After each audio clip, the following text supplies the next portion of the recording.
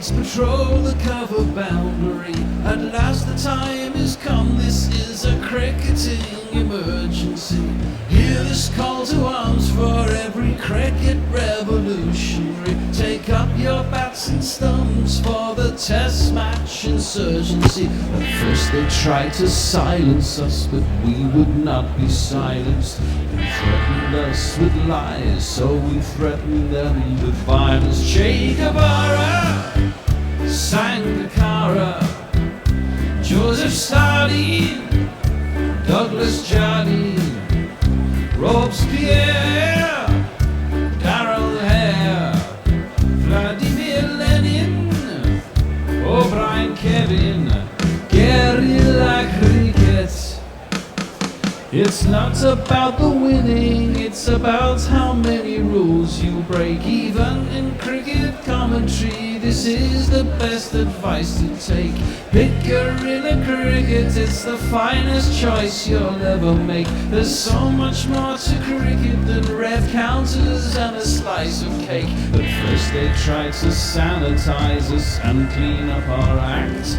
But people like it filthy, and we know that for a fact. Fidel Castro, Lenny Pascoe, Carlos the Jackal, Umar Akmal, Mahatma Gandhi, Grant and Andy, Brendan Behan, Austin Ian, guerrilla cricket.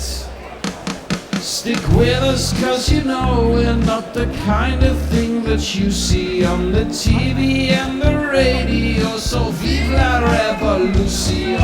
First they tried to buy us, but we would not be bought. Okay, we were, but then we ran away, and we will not be caught. We would not give up the ghost when they left us all for dead. They decapitated us, but we just grew another head. Chairman Mao, Jamie Howe, Ho Chi Minh, Asif Din, Václav Havel, Graham Saville, No Surrender, Percy Fender, Che Guevara, Sangakkara, Joseph Stalin, Douglas Jardine, Robespierre, Darrell Hare, Vladimir Lenin, O'Brien Kevin, guerrilla cricket. Steve Smith put on a show again, but this time the supporting cast and the understudy fluffed their lines as Jofra Archer and Sam Curran stole the limelight. Archer took his second sixer in just his 7th Test innings, and once Curran got the old ball swinging, Australia's lower order had no answer. England took a lead, and though it was hairy last night, Marcus Harris dropped a sitter to reprieve new father of 2 Joe Denley, and Rory Burns was thankful for DRS when Kumar Dharmasena triggered him the last ball of the day. They survive with no loss of wicket. England resume on 9 for no loss with a second innings lead of 78 and a big opportunity to build a bigger lead and square the series. Welcome to Guerrilla Cricket's coverage of Day 3 of the 5th Test of the 2019 Men's Ashes. They are at the Oval. We are in sunny Sydenham in South East London. I'm Knuckle Impande starting you off, and I'm joined for the first half an hour of play by Rob Sutton playing your jingles. Morning, everybody. And Annie Che reading your tweets, Facebook Live and YouTube messages. Good morning, everybody, and what a lovely one it is. It is. It's a gorgeous day here in South London. The weather is set fair, and they do say that Day 2 and 3 are often the best days for batting at the Oval. We certainly did see the pitch quicken up a bit yesterday, and I think the outfield got a little bit quicker as well. So I guess in a very different sense to how it was late at Old Trafford, Rob, the aim for England is just bat and bat. Well, very much so, and if England bat all day today, that you would imagine they're in a good position to bat Australia out the game. Obviously, you've never got enough runs when Steve Smith is in the opposition, but I do envisage his batting last might not be straightforward on this pitch. It often isn't at the Oval.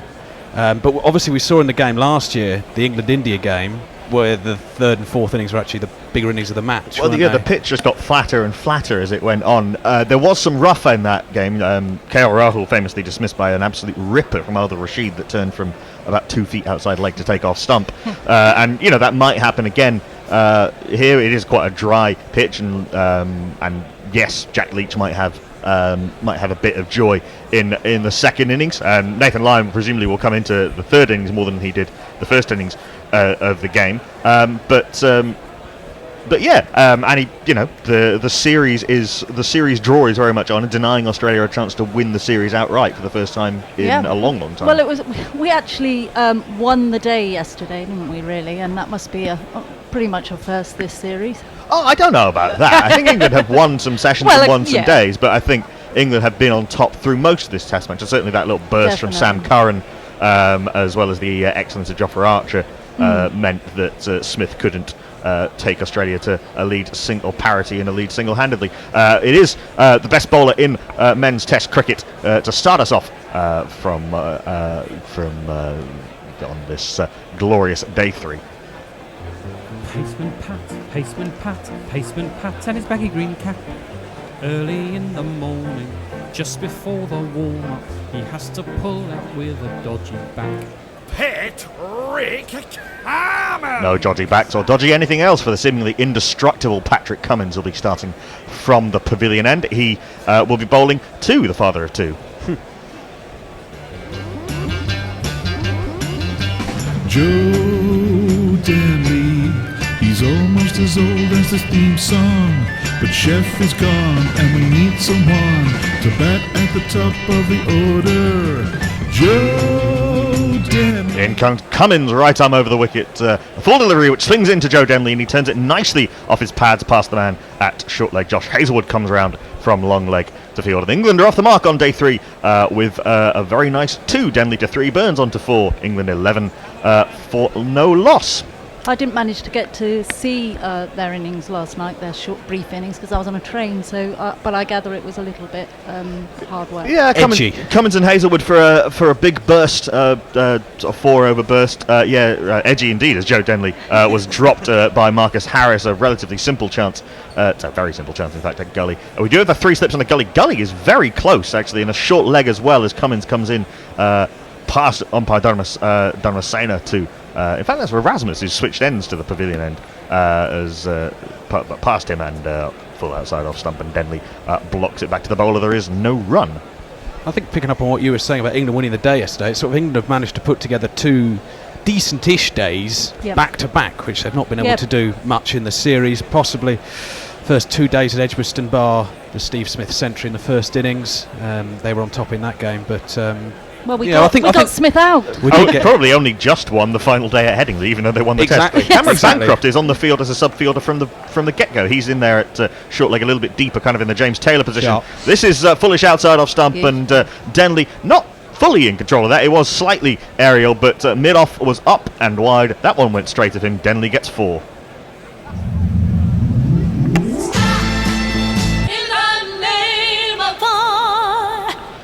When Joe Denley is comfortable enough driving Pat Cummins on the up, you can tell that it is a good batting pitch.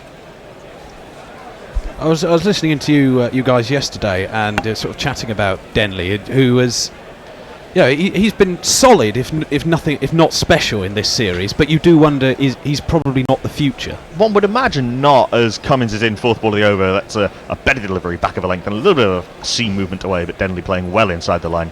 Through to Tim Payne it goes. There is no run. I mean, particularly with his age. Well, with his age and with the fact he hasn't put those numbers together in the same way that, say, Chris Rogers did when he was brought into the Australian team at a similarly advanced age in cricketing terms, and also with identified next cabs off the rank in Dominic Sibley and Zach Crawley, and a Pope in the middle order. But do you think they'll take him to New Zealand? Denley, I'd be surprised. No, I would too. But Sibley, they might. I would think so, yeah, and probably Pope too, as Cummins comes in penultimate ball of the over, right arm over the wicket. That's too quick for Joe Denley, beaten for pace as he tries to nudge this into the leg side, thumps him in the thigh pad and drops down into the leg side. There is no run. His half century in the second innings at Headingley was pretty valuable, though. It was very important, and I think he's batted well at times this series. But I said this earlier in the series, there's a slight sort of rising inflection when you talk about Joe Denley, as if to say, yeah, I thought he was going to be rubbish. Yeah, it is a bit like that. Yeah, but that's that state with a few players as well who have played for England in recent years. Well, I think Denley's just a he's a very confounding cricketer in terms of his perception. Last ball of the first over of the day is fullish and straightish and clipped by Joe Denley up to mid-on. There is no run. Denley on 7, Burns on 4. England 15 for no loss. Lead by 84. Who has joined us on Twitter on the morning of day 3? Leah says, good morning, Grillers. Just an observation. Archer bats right-handed, bowls right arm, but writes left-handed. That's just weird. Well, it is, but it's so surprising how many people do. Yeah, do this. such Leach bowl throws right-handed, for example. But bowls left arm. But bowls left arm. Yeah, Sachin Tendulkar batted right-handed, bowled, well, as in classed as a right-hand batter, bowled right arm, but wrote with his left hand. Yes. Messi just says, welcome to Guerrilla Cricket Youth Wing. Youth Wing. Thanks very much. I'm very pleased to be included in that. We're allowed out on our own today. He says, I challenge Annie not to mention a certain county for her first session. Somerset. And opening up from the Vauxhall end, it is the man who has been so impressive since he came into the team for the second test.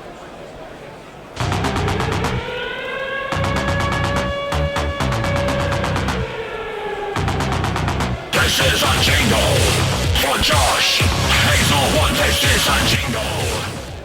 3 slips and sort of almost 2 gullies with backward point, very, very fine, and the short leg as England's left-handed opener blocks this off the back foot down in front of him. No chance for Bancroft at short leg, and that left-handed opener is this man. He's got the drive of a champion from Surrey. His mustache is ugly, got a shot finally, and his name is Rory Burns.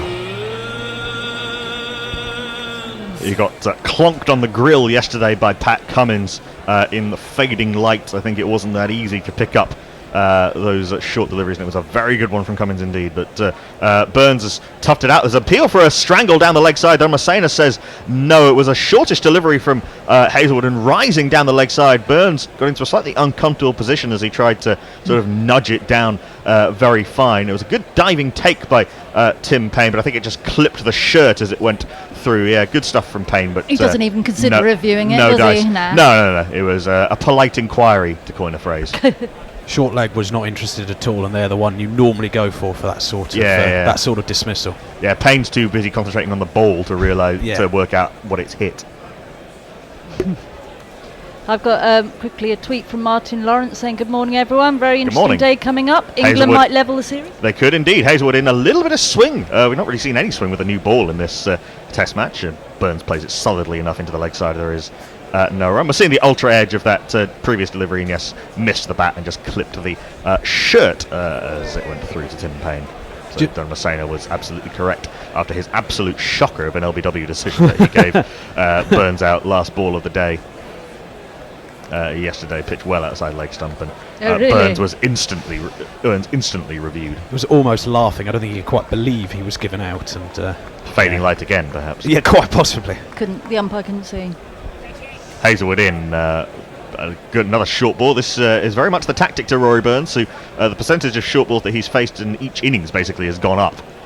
He ducks under this one through to Tim Payne. There is no run. In fact, I certainly in each test match, I haven't seen the stats for this test yet, but certainly throughout the series, the percentage has gone up.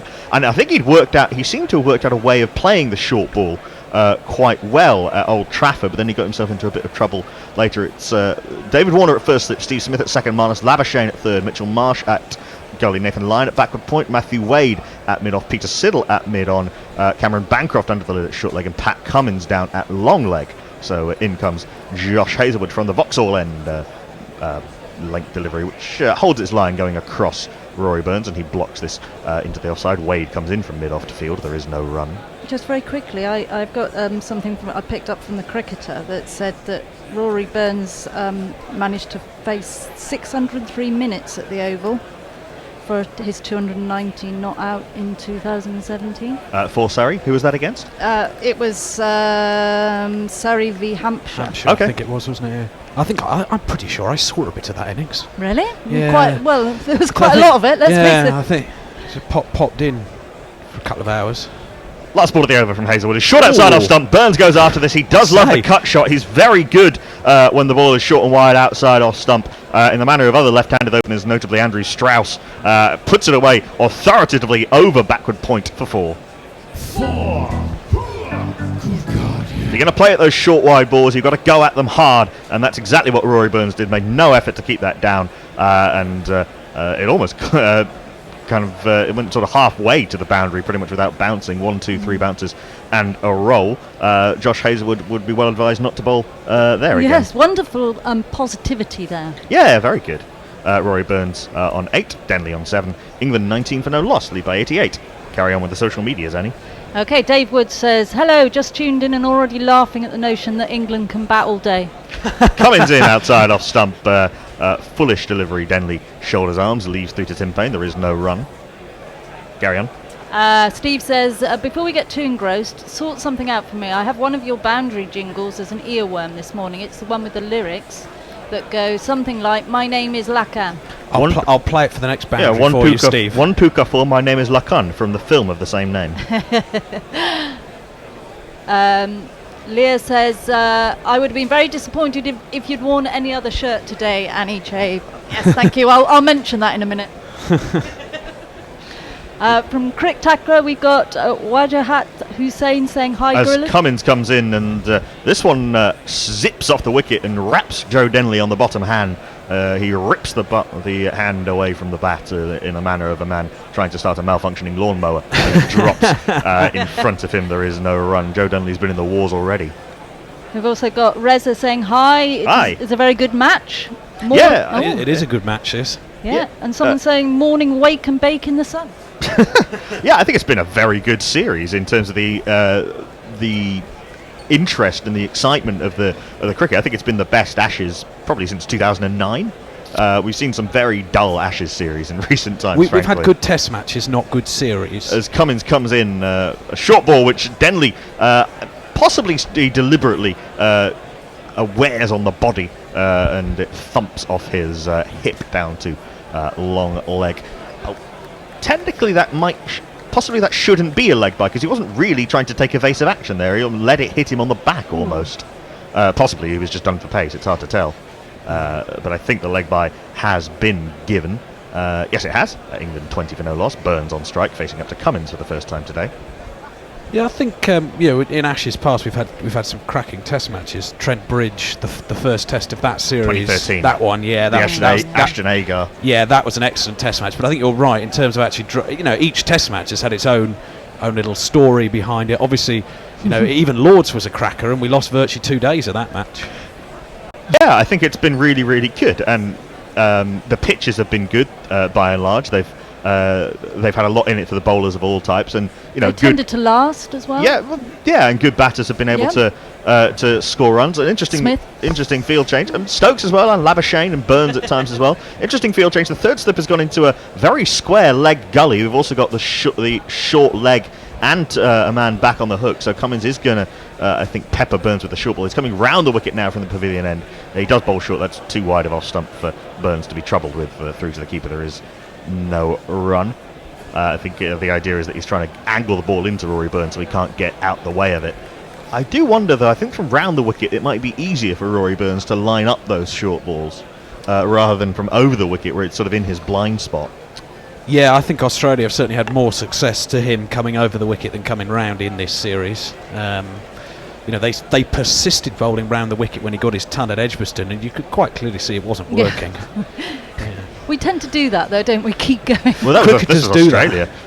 Cummins is in, going wide on the crease now. That's a waste of a delivery, frankly, outside off stump. Way wide of off stump, and Burns leaves alone through to the keeper. There is no run. By the way, Cameron Bancroft is on from Marcus Harris, who, while dropping that catch late last night, split the webbing on that hand, which is nasty. Yeah, that happened to one of my teammates at the weekend. Horrible. I've had it happen to me. It's not fun. No. And yes, Marcus Harris is having his hand attended to. I'm not in a position to take enough catches to have that happen to me. I'm normally completely misjudged. It's gone over my head. I've always preferred fielding close in. Cummins' last ball of the over, right arm around the wicket from very wide of the crease. That's a great delivery. Full delivery, spearing in to threatened the base of off stump, but Burns did well to jab the bat down, and it ended up turning it into a very low full toss, in fact. To Peter Siddle it goes for no run. Burns on 8, Denley on 7, England 20 for no loss, leading by 89. Hey, okay, I've got Umpire Bell saying, morning Annie and Gorillas. Quick mention of the mighty Lancashire would be a nice start to the hopefully long batting day. Yes, well, congratulations to them. Yes, getting congratulations. Getting out of the second division. Wonderful We've stuff. definitely An got increasingly tricky division to get out of. Yeah, we're definitely covered at both ends of the county spectrum, with Annie, of course, top, and me sat here in my Leicestershire shirt, ready to be presented with the wooden spoon once again. No, I didn't know you were Leicestershire. What was it, 2.5 years without winning a championship game? Yeah, we have won a game this year. Unfortunately, it was the first one and not one since. Josh Hazelwood continuing over the wicket to Joe Denley, back of a length, and Denley forced onto the back foot and runs it down into the gully. There is no run. Just in these opening salvos of day 3, Joe Denley seems to have so much less time to play than Rory Burns. I don't know if they're just they're bowling faster, eh? I don't know. It's just there's a slightly jabby quality to Denley's strokes, which I haven't really seen before in this series. I was going to say, just in Hazelwood's last over, I was wondering if the pitch had quickened up this morning, but maybe it's just. Just fresh bowlers, new ball, and I think the pitch did quicken up through yesterday. It was fairly slow on day 1. Really. Hazelwood is in. Foolish outside off stump, and again, Denley not quite certain about that as he prodded forward. It comes off the inside part of the bat. No danger of a catch, though, and there is no run. Cameron Bancroft was onto it very quickly at short leg, and I'm sure will snaffle anything in that position. It's interesting, the short leg is much closer in for Hazelwood than he was for Cummins, who I think perhaps the idea being that it's more likely to be the inside edge onto the pad of Hazelwood rather than the hard fend of the slightly quicker Pat Cummins. Either that or Bancroft is just sort of well, I think there's a certain amount of instinct that goes into fielding at short leg. No, he's gone back a little bit further than that previous delivery. This is outside off stump, left alone by Denley. There is no run. There was a very good feature during the last test match on short close in fielding that Sky did, and I hadn't quite realised just how much the good fielders will kind of take the initiative and move around depending on the bowler, depending on the pitch, depending on the batter, depending on what hand they prefer to catch with. And the really good ones get quite a lot of license to go where they want. I think Cameron Bancroft is not quite as far back as James Taylor was when he took those catches in South Africa, but I think he's probably 6 yards or so away from the bat. 2 slips and 2 gullies in place. That's a beauty from Hazelwood. Not only did it hold its line, it bounced sharply from our length and rocketed past the shoulder of the bat. I think Denley would have been slightly unlucky to miss that, even to edge that rather, even though it was quite wide of off stump. Beaten comfortably through to Payne. There is no run.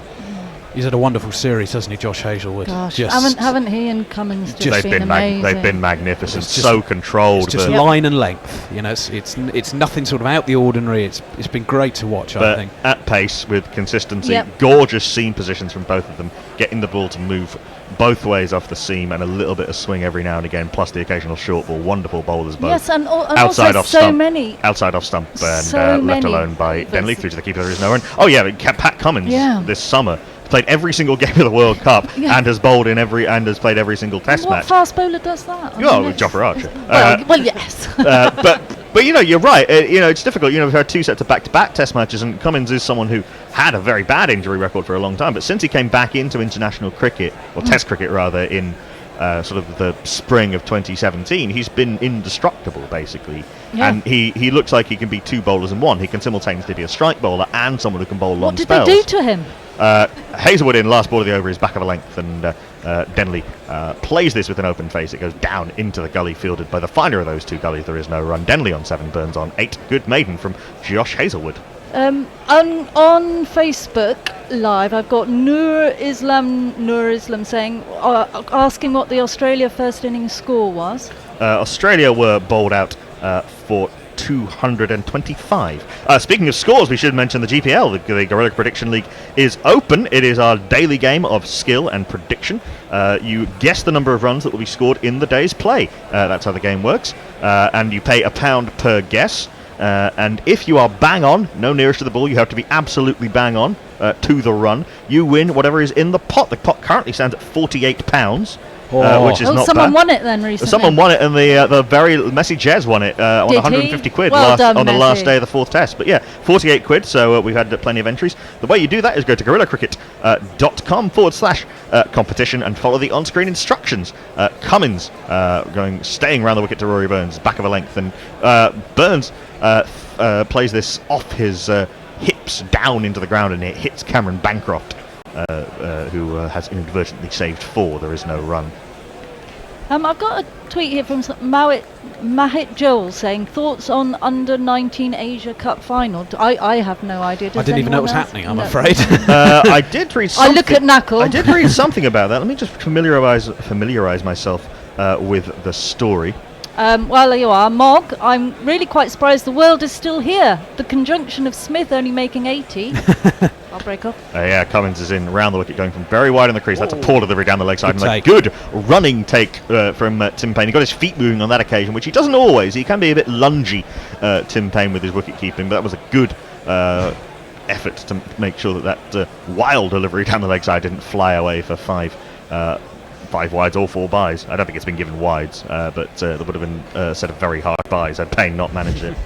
Bangladesh making their first ever under-19 Asia Cup final, which is very good. But I think the entire other semi-final between India and Sri Lanka was rained off, which so that India went through on whatever grounds they had to separate teams in rained off circumstances. This is a much better delivery from Cummins on a length and angling into middle and off stump. Cummins forces Burns to hurriedly block back to the bowler. There is no rain. In fact, both semi-finals were washed out. People moan about the English weather. That's taking place in Sri Lanka at the moment. I am getting a bit behind on but yeah, both teams finished top of their groups. I see. So I will get back to you. I see. Good luck to Bangladesh under-19s. Good luck to both teams for actually getting some game in. Foolish outside off. That's a gorgeous shot by Rory Burns. Solid stride into the ball. His momentum going right through that stroke, and he pings it past the shortish extra cover to the cover boundary for 4. 1 2 ka 4 4 2 ka 1. My name is Lakhan. My name is Lakhan. Not a half volley by any means, and he slightly drove that on the up. In fact, he pushed at it a little bit, and the extra cover was in business, or thought they were for a little while, but it screamed away past his dive to the left. Beautiful, classy shot. Yeah, it was very authoritative from Rory Burns. They do look positive. Yeah, I think recognising this is a pretty good pitch to bat on.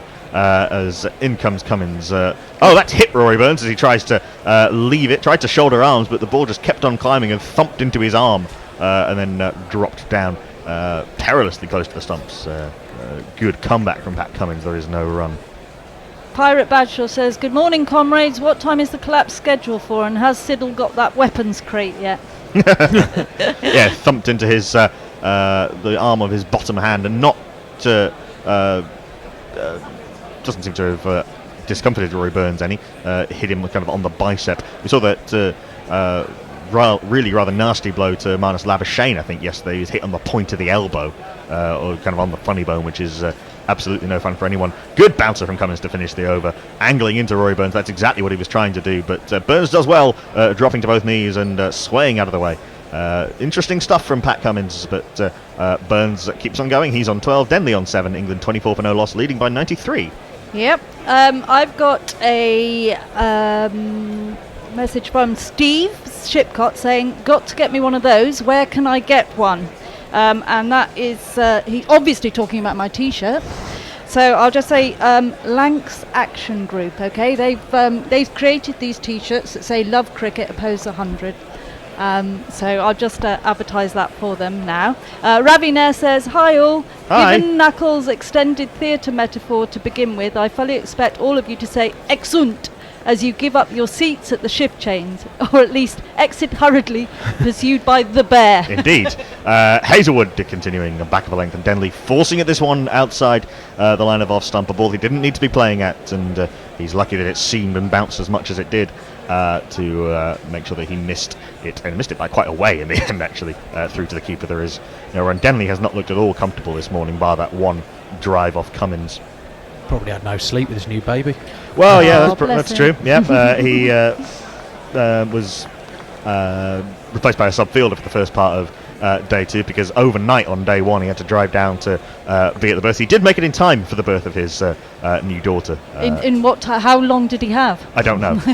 Somewhere in Kent, probably. That's probably where he was heading. Oh, yeah. Again, Denley fencing at one outside off stump and beaten comfortably. I'm not quite sure why he's playing at these deliveries. They're not going to hit the stumps, and he's not trying to score runs.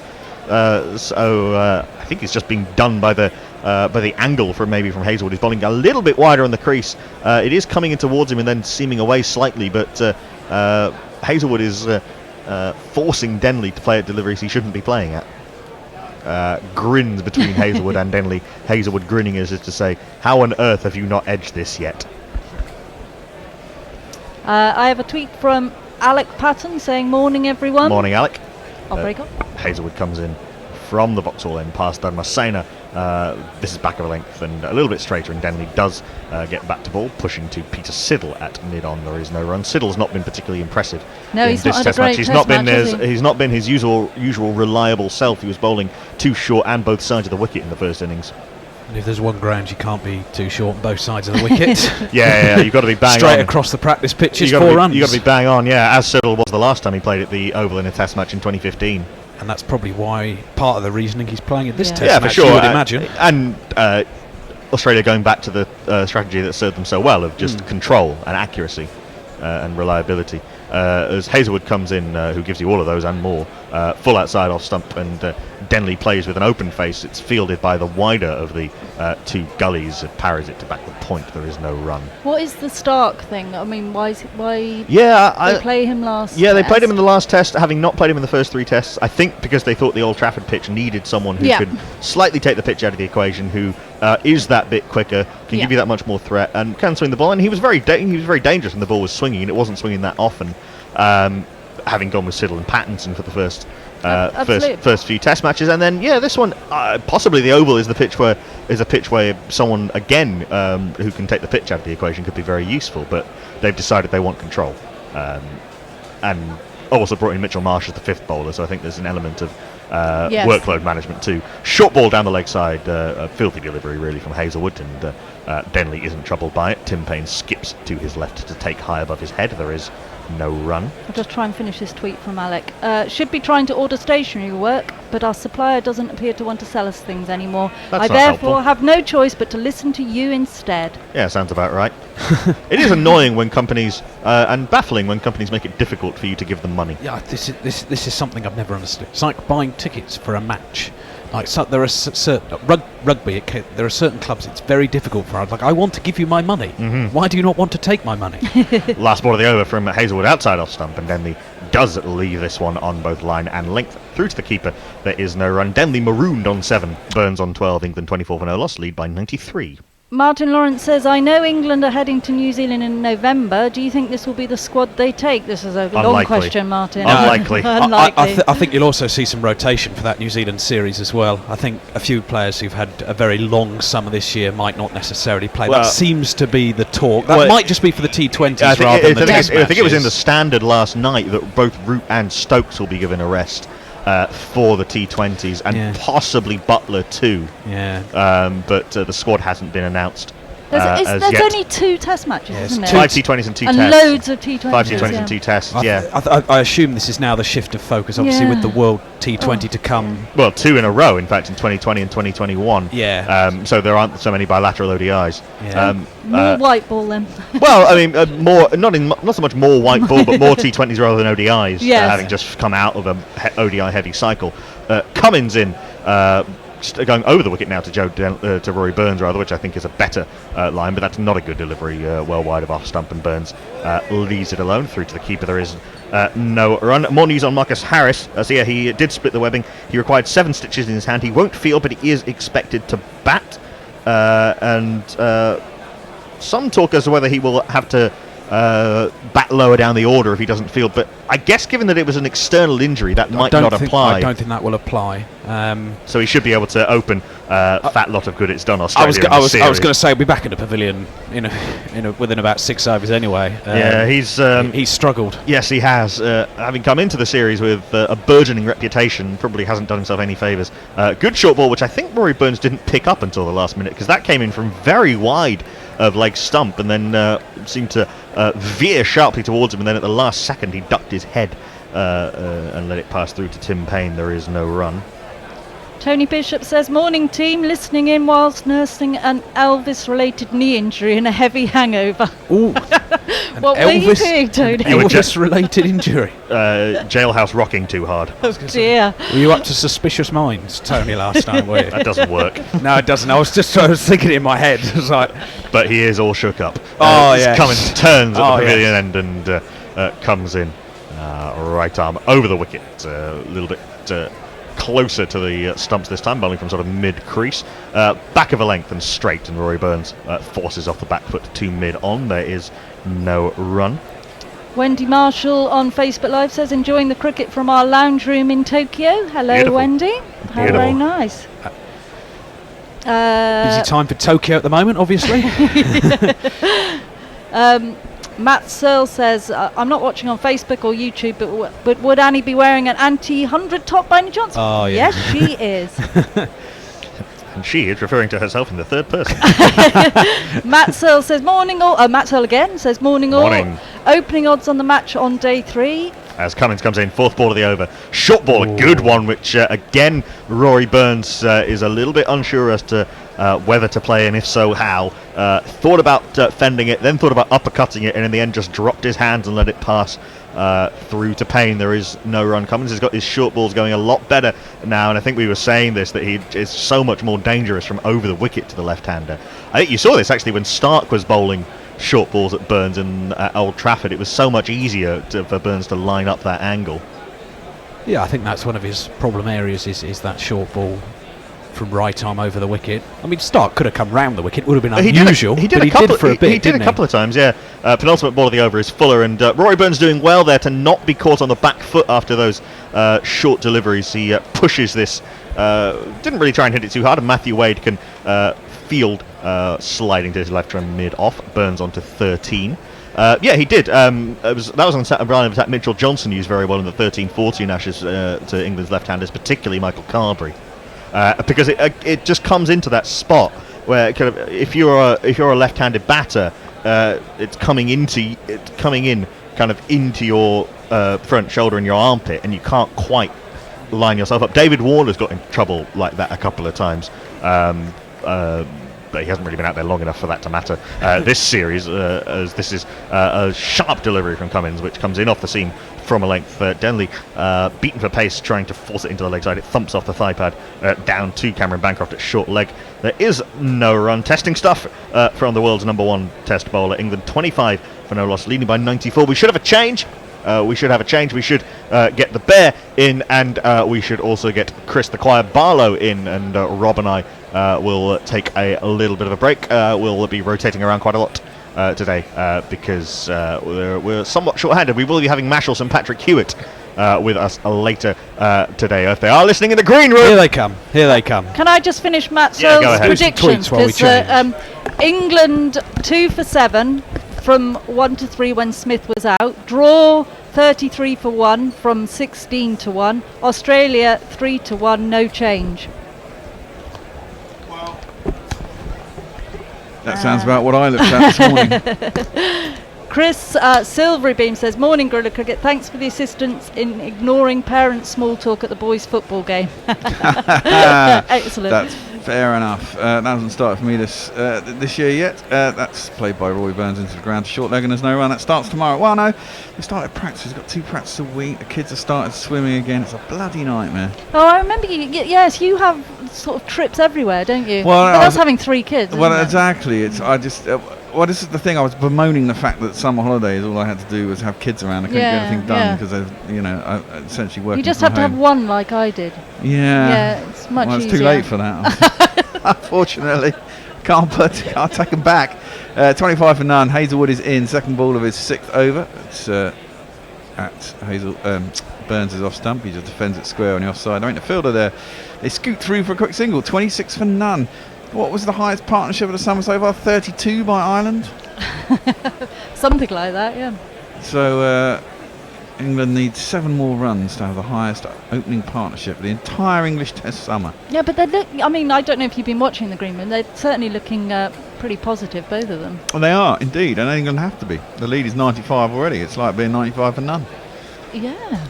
Gosh. You could fuck this up and get out for 200. Dizzy heights. And have a lead of, I think a lead of 300 will prove too much, although we said that when England got it at Edgbaston, thanks to Stokes. That's defended by Denley out to mid-on, and there's no run. And you've got to think, if one man's going to chase down single-handedly a target of 360, it's got to be the pig, hasn't it? Yes.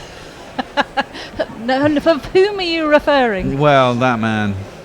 I'm getting behind on the tweet, so I'm just going to say, Alec Patton says, Bancroft will likely score as many runs as 12th man as Harris would have scored as opener, so it's no real difference. Matt Sills says, woo, first entry in GPL. Messi just must be asleep still. Excellent, someone's entered the GPL. Nice. Actually, Jez won't come until the end. He's a pro. Defended at by Denley, away from his body, and inside edge down to short leg and no run. As long as it's not somebody saying they've taken all the threes, in which case Messages will be most well upset. He'll be very upset, yes. And of course that is the voice of Chris Dwyer, who's joined us once Good again morning. today. Had less trouble, bust it today. No walking up steep hills. Beautiful sunlit journey around parts of London I'd never seen before. Bus journeys too, wasn't it? 2 bus journeys. 2 bus yes. journeys. And a stop at Sainsbury's between them. Oh well, excellent. I've not worked with you before, so it's Well, nice there to you go. meet you. Meet Chris. each other. Annie, meet Chris. And Chris you, meet Annie. Full by Hazelwood, driven by Denley.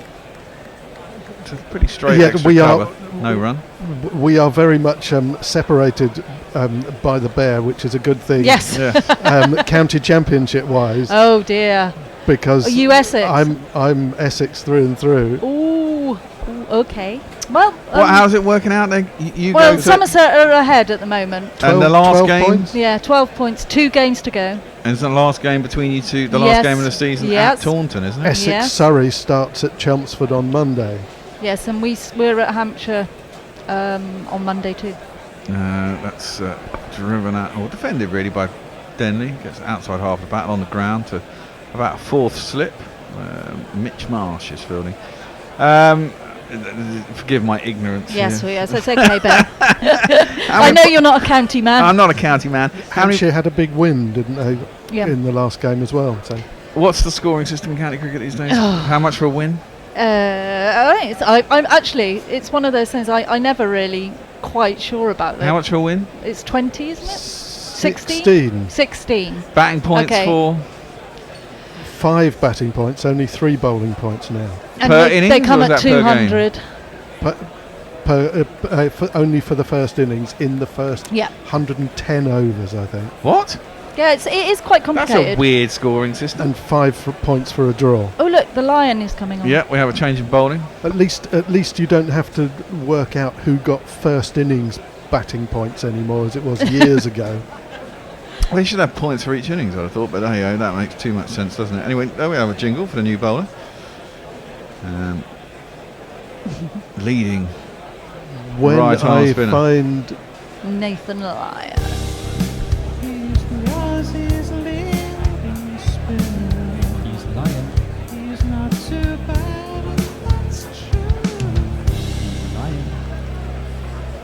Indeed, and there's a lot of rough outside the off, left-hander's off stump.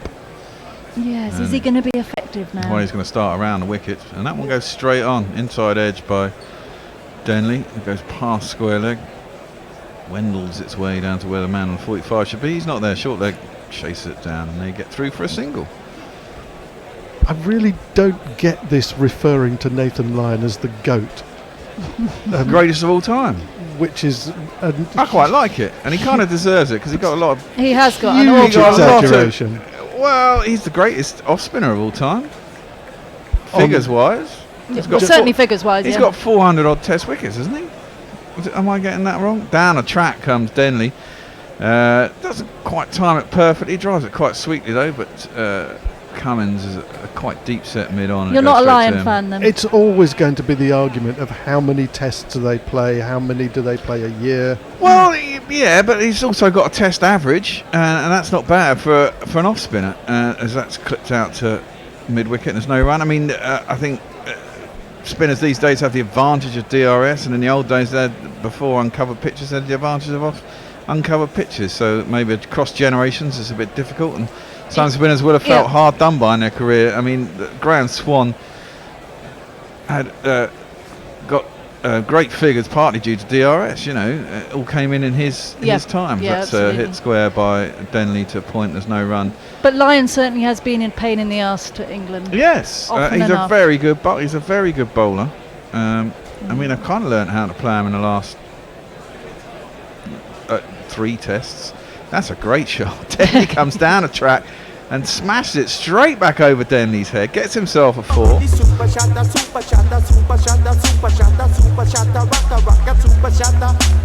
this is the thing, I mean, England may only be 31 for none in the first innings, but a lead of 100, they've got to try and be positive here and put Australia They really are. It's lovely to watch them. Australia will soon go onto the back foot. They'll be thinking, shit, we haven't got a wicket and 150 ahead.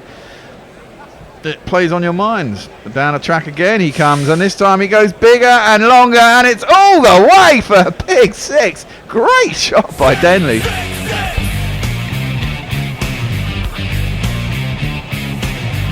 I'd say they really don't want Lyon to come into play, do they? No, they wanted to settle as well. I mean, it's a good tactic, because I guess they got 4th seamer in Mitch Marsh, but they want to keep the fast bowlers bowling, because they'll soon get worn out, and it's going to be a hot day.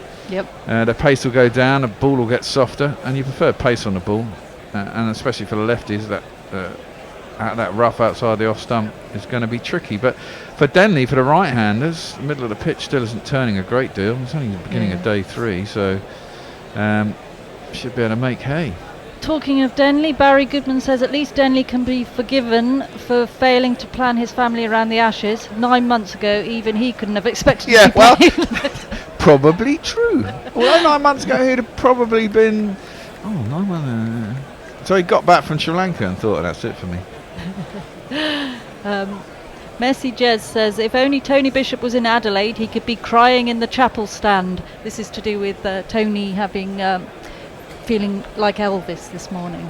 And he went to his sister's birthday yesterday, didn't he? He got a bit hungover, is he? A little bit. Going to the chapel, yeah. Yes. Well, and this partnership has achieved 37. My Yay! God, that's amazing. The record for the summer. That is just so terrible, isn't it? And we're going to have a change of bowling at the other end too. Both openers in double figures. Indeed. And this man will be coming on. Who's disappeared from... There he is. Well, I don't know quite what I should do. I'm at the Aussie team barbecue. I have found myself something to eat, but I don't think... First ball is just defended, back down the track, no run. Will he be more effective in this innings, do you think? Well, Siddle? He didn't have a great first. He didn't have a great first. I think they should have kept with Stark. Yeah, I did. I was just saying that to Nako. I do find really understand quite weird that Stark hasn't played a bigger part in the series. I know, what's he done? I mean, they all kind of think that he leaks loads of runs, but he doesn't. Yeah, he has a couple of bad spells, but he's always going to pick up you up wickets, and that's what he's there to do, Yeah, he's also not bad on if you need some quick runs. Quick runs as well, you can certainly give it a long handle, yeah. Just dabbed down into the leg side to square leg by Burns. Pretty full ball from around the wicket by Siddle. I'm sure I said this yesterday, but I think Siddle was a very good choice for the first test because he was geared to English conditions and he'd been putting in good performances for Essex. But his effectiveness appears to have dropped off as the summer's gone on or the series has gone on. Well, and Cummings and Hazelwood have just both been bowling so well. I think, but they seem to have gone. Rotation is the most important thing. Yeah. What we were saying yesterday, we you never quite know what is in the physio's room. Stark had sat out 3 tests. There's no reason why he couldn't play a couple of back-to-back tests at the end of the summer. What's he going to do after this? Not a lot for a little while. Going to get on a flight back to Australia, have a couple of weeks off. Ooh, inside edge as Denley defends forward onto his pads. Steve Shipcott says he's bought a T-shirt. Thank you, excellent. He's ordered one of my T-shirts. Well, not my T-shirts, Lancashire. Let's have a look. What's this out? It says Love cricket, oppose the 100. Oh, nice. Yes, thank you. Thank you, everyone, for buying one. Anyone? Are the ECB talking to you anymore? No. Funny enough, they don't want to talk to me anymore. Oh, funny that, isn't it? Yeah. Yeah, I've had my conversation with Tom Harrison. Well, you're being, what's the word? Difficult, a pain in their arse? No. I'm thinking upstanding, really, much like the 21 Tory rebels. Going with your heart and head. Defended by Denley up to mid-on, and there's no run. Yeah, but the Lancashire Action Group have been really good at getting these T-shirts out and really massive input. Is that Lomax? That's Lomax, yeah, isn't it's Ian Lomax, yes. He's a good man. Yes. He certainly hates his county board. I think they hate him too. I think they do, yes. But yeah, I mean, he got these T-shirts all designed, and a polo shirt you can get as well. So anyway. Here is Siddle. Nice drive by Denley. Gets right to the pitch of the ball. It's a bit full. And a good bit of width there for Denley to play with. Drives it out towards the cover boundary. Doesn't get enough on it to get it all the way there. It's chased down in the outfield, and they'll get back for 3. That was a nice shot. Got right over that. Opened the face. Try to hit it too hard. Slightly off the edge, but it's nice to be reminded that the Oval is still a large ground. Yeah. With a lovely outfield. Chased down by Labuschagne, Lion in tow. E.S. Blowfield says this is easy. Well, it's looking that way at the moment. So we win this, and really we share the series 2-2. We do, and I think that's important. Hendo was all down on this, and that's played into leg side, and there's no run. I mean, yeah, they get to retain a tiny little trophy, but in real terms, we didn't lose. We didn't win. Yeah. Aussies only reprieved from an Ashes defeat by the rain at Lords. A moral England victory. I like that. Well, we'll go with that one. Well, you could say that, true. And but for bloody Labuschagne getting dropped in the second innings, probably would have won that too. Yeah. Mog says, if Mr. Choir is in, does his theme jingle get played? If somebody tells me where it is on the machine, what it's I'll called. find. Oh no, because you got made one, didn't you?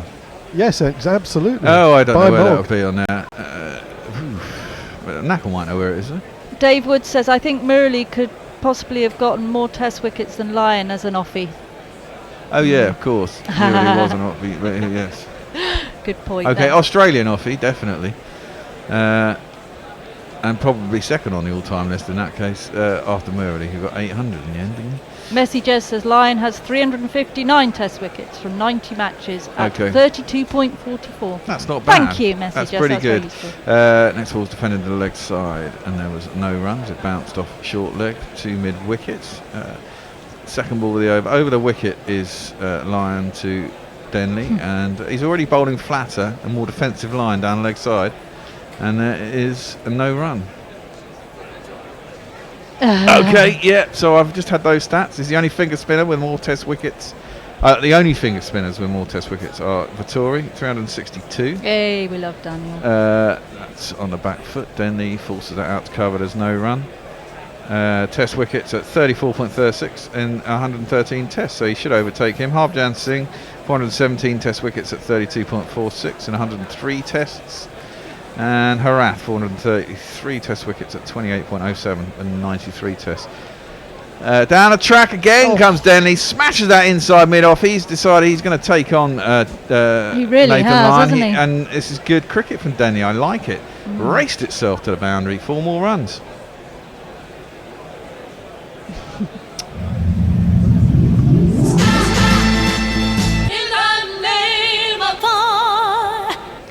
Z on Crick Tracker says GOAT is Chris Jericho or Shane Warne. Chris Jericho. Who's Chris Jericho? Is he a wrestler or an actor? Clipped into the leg side. I was hoping you'd to tell me mid-wicket, Chris and Jericho. there's no run. Who knows I who Chris think he's Jericho a wrestler. is? Sounds like it. WW Yeah. something or other. Well, Wildlife Fund. Wrestler. Yeah, he is a wrestler. And of those bowlers, Daniel Vittoria's a left-hander. Danny Harbjang's a right-hander, isn't he? Defended back down the track, and there's no run. Messi just says, I just don't understand why Lyon was picked for this game, given the serious injury to his finger. He probably wanted to play, didn't he? I feel that a bit about Stokes and his shoulder. Well, I think Stokes gets picked for just his batting anyway, to be honest. Yes, but to be fair, he hasn't, since his amazing innings at Headingley, he hasn't scored anything. No, but on I know, I'm not saying he shouldn't be in it. on It's figures just for the series, he's got to play as a batsman. I mean, he's clearly one of the best batsmen in the side. And yeah, he got a bit unlucky here and there and didn't score runs. You never score runs, but he's got 2 tons. I just think injuries, if people have got injuries. Yeah, but the we have injury plenty will of be for that particular action. I doubt it doesn't seem to affect his throwing, for example, or anything like that. It's Maybe. just one of those bowling injuries that only affects you as a bowler. That's pushed down the leg side by Siddle coming around the wicket, and it comes off Burns' thigh pad. Race is fine for 4 leg buys. 1, 2, 3,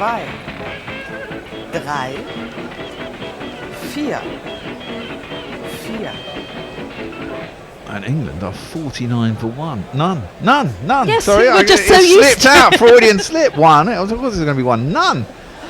Close to a 50 partnership, the first of the summer. My God, on the last day in the middle of September. And Siddle comes around the wicket once more, and it's defended by Burns into the covers, and there's no run. Are you going to tell us, Bear, what you went under?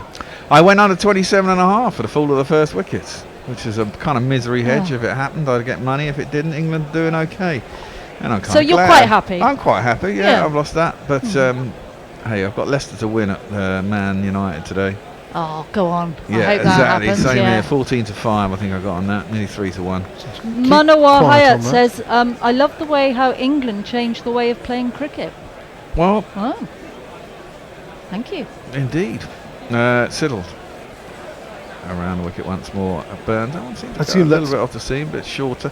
I assume that's Prods it out the point, being no shit run. when you expect them to be good, and being good when you expect them to be shit. Maybe that's what he means. Armchair Cricket Podcast says, looks like someone was waiting for Lyon to be introduced. It must be Root. Suddenly his strike rate seems to have jumped 25 points in 2 balls. Well, Denley, he's decided to attack Lyon, and I think it's a wise move. You know, they want him to sit in all day and do what they normally do, which is get him to block up one end quite effectively for large periods of time, allowing their faster bowlers to rotate, have rest, and be quite effective when they come on. Yeah, no, Denley's looked really positive against Yeah. Lyon, hasn't it? Lyon has had no role with the ball in this test so far. England cricket will want to keep it that way. Yep, that's absolutely, exactly what very we've been much so. saying. Yeah, Yeah. totally. And Denley will want to celebrate the birth of his new child. Yesterday, wasn't daughter, it? yeah. It was a daughter, wasn't it? Tried to play it into the leg side, Burns. We always Got want to thin know what inside weight edge onto it his was. pad. People do. Yeah, don't always they? want to I know never quite how heavy understand was that. he? Well, he was 7 pounds 3 ounces. Is that's a it good gonna? weight. Is the Lyon thing going to come back to the fact that Payne's taken the ball out of his hand by putting England in, Well, Oh, yes, very interesting. so that, he's yeah. not bowling last? Yeah, indeed. And Leach is. Well, they got seduced, didn't they? I mean, I think that's a nice drive by Burns on the inside of mid-off, and I don't think he's going to catch it. He's not running, certainly. And it hits the boundary sponge now, and that's 4 more runs to Burns. He moves on to 20.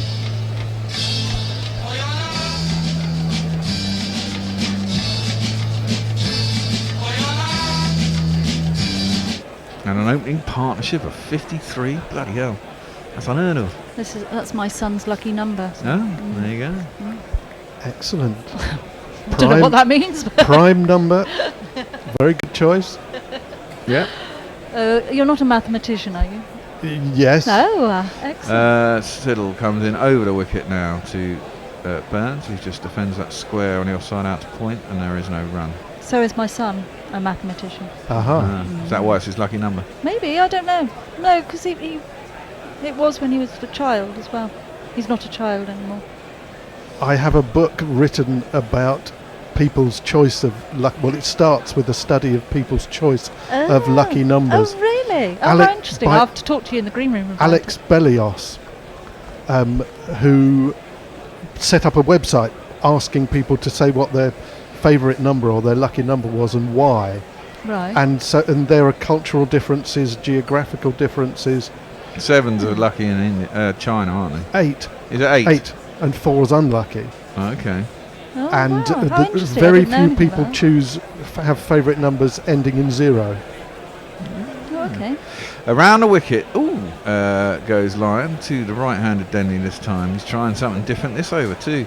It's not really spinning, and he tries to work into the leg side, skews off the outside edge, all on the ground to backward point, and there ain't no run.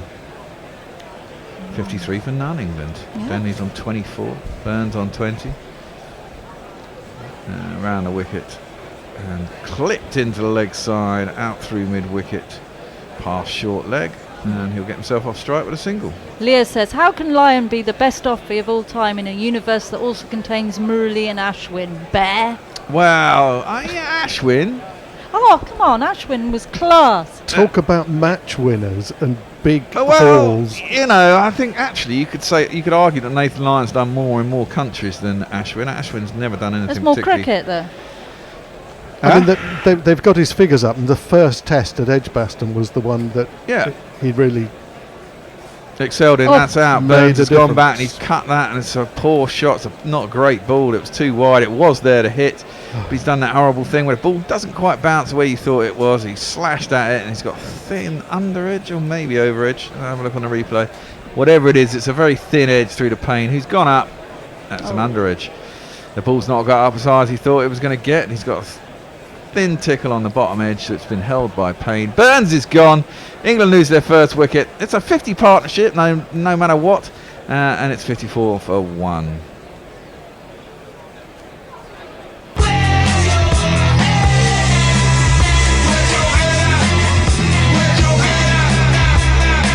Been a bit sticky this morning, isn't it? Yeah, it's that bloody computer. Slight delay. Yeah, I mean, Ashwin. I think I'd have Lyon over Ashwin. I reckon.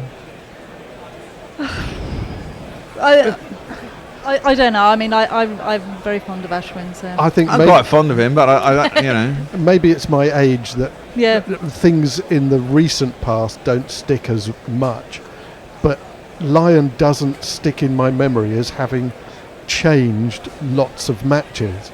No, he did. He has a few, definitely. He tortured us last time in Australia. Totally tortured us for the whole series. He did. And that's the thing. I mean, I guess for me, I class him as a better spinner because I think it's a harder place to be a spin bowler in Australia than it is in India.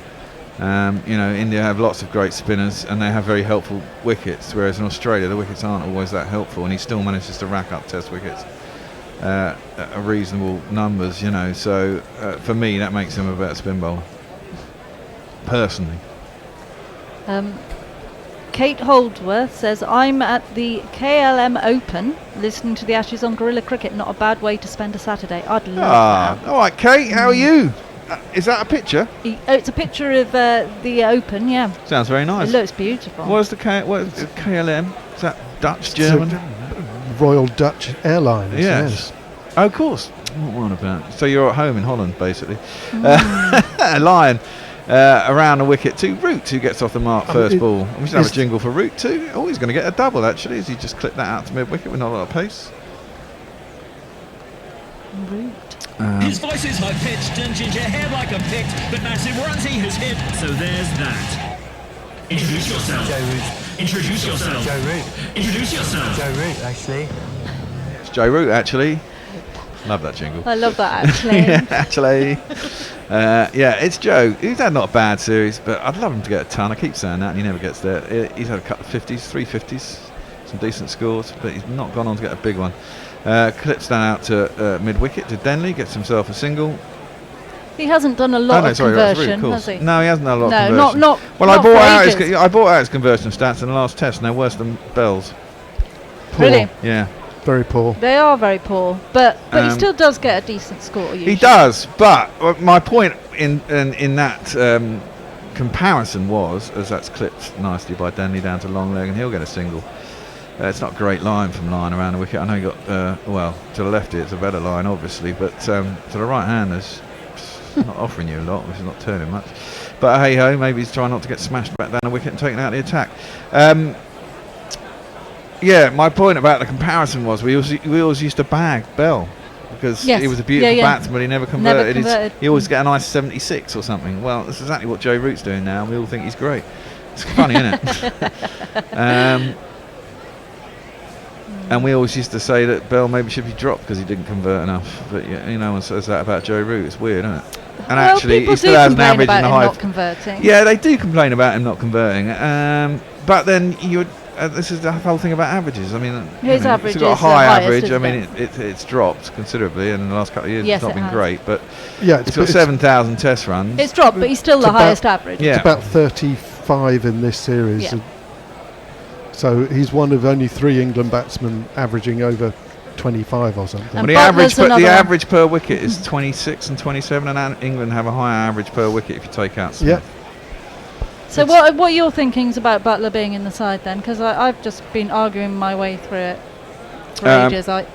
I still think he's a class player and he should be. Yeah, I mean, I'd like to see him as well. If he's, I prefer him as keeper to Bairstow. I totally do. Yeah. Allow him to bat at 7. Allow Bairstow to go up the order a bit more if he wants to be a batsman. Then Bairstow can either prove it or not and get dropped or stay in. But Folkes should be in as a keeper. Really, then Folkes should be in as a keeper. Then I don't think you have the luxury to have both Bairstow and Butler in the side. I wouldn't have Bairstow in at the moment. Well, there is an argument for that.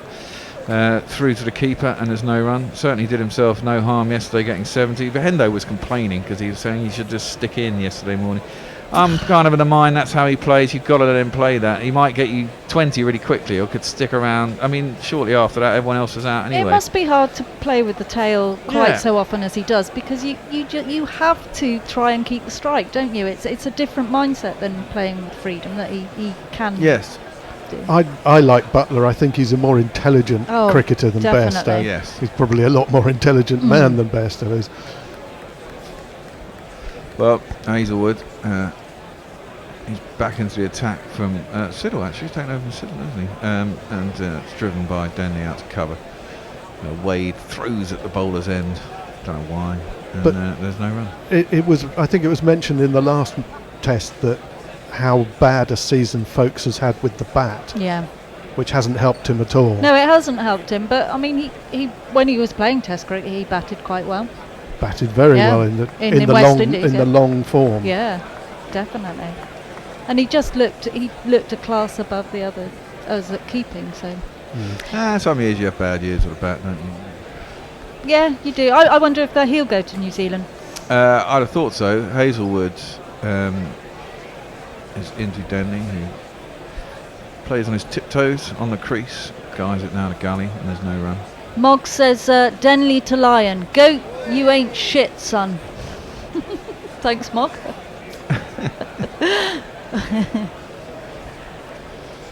Tony Bishop says, no escaping the bear, and has done a lovely picture of a bear.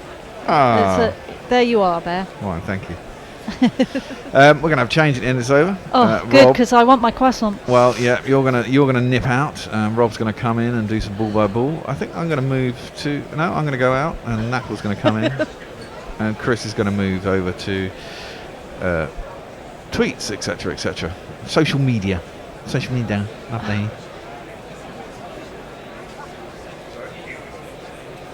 I'm going to move over to jingles. Actually, funnily enough, there you go. The negotiations. No, go on air negotiations. 58 for 1 England. The tipsman says Aussie saving their worst performance for last. Yay. Well, I don't think Australia should be. I doubt they are treating this as a dead rubber. I think they really want to win the series, don't they? Well, they should do, yeah. As we were saying earlier, a draw is much better than the loss, and a win is much better than a draw. left alone by Danley outside his off stump. And I there's no think a run. lot of this has been is chat in the media. Yeah. The players, I'm sure, The want idea to that it's win a the dead series. rubber Of course is- they do. I don't Want to think win it is- every game, don't you? Yeah. I mean, the idea that it's a dead rubber, if they were 3-1 up, then it would be a genuine dead rubber. But at 2-1, it's not a dead rubber at all. That was the subject of the article in the Times that my brother insisted I read over breakfast. Well, they were arguing it's a dead rubber or not? No, that it's not a dead It's rubber. certainly not a dead rubber. Hazelwood up to the crease and defended stoutly by Danley up to mid-on, no run. The argument was about about winning the Ashes or keeping the Ashes. It should be shared. There shouldn't be this idea that we've won the Ashes. And just for Mog, before I go, I found Sultry Essex and thinks cricket's the best, and now he's on the scene. Cries the choir.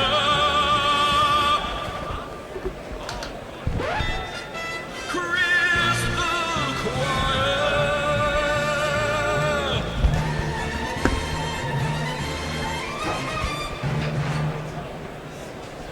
What a delightful way to change over that was.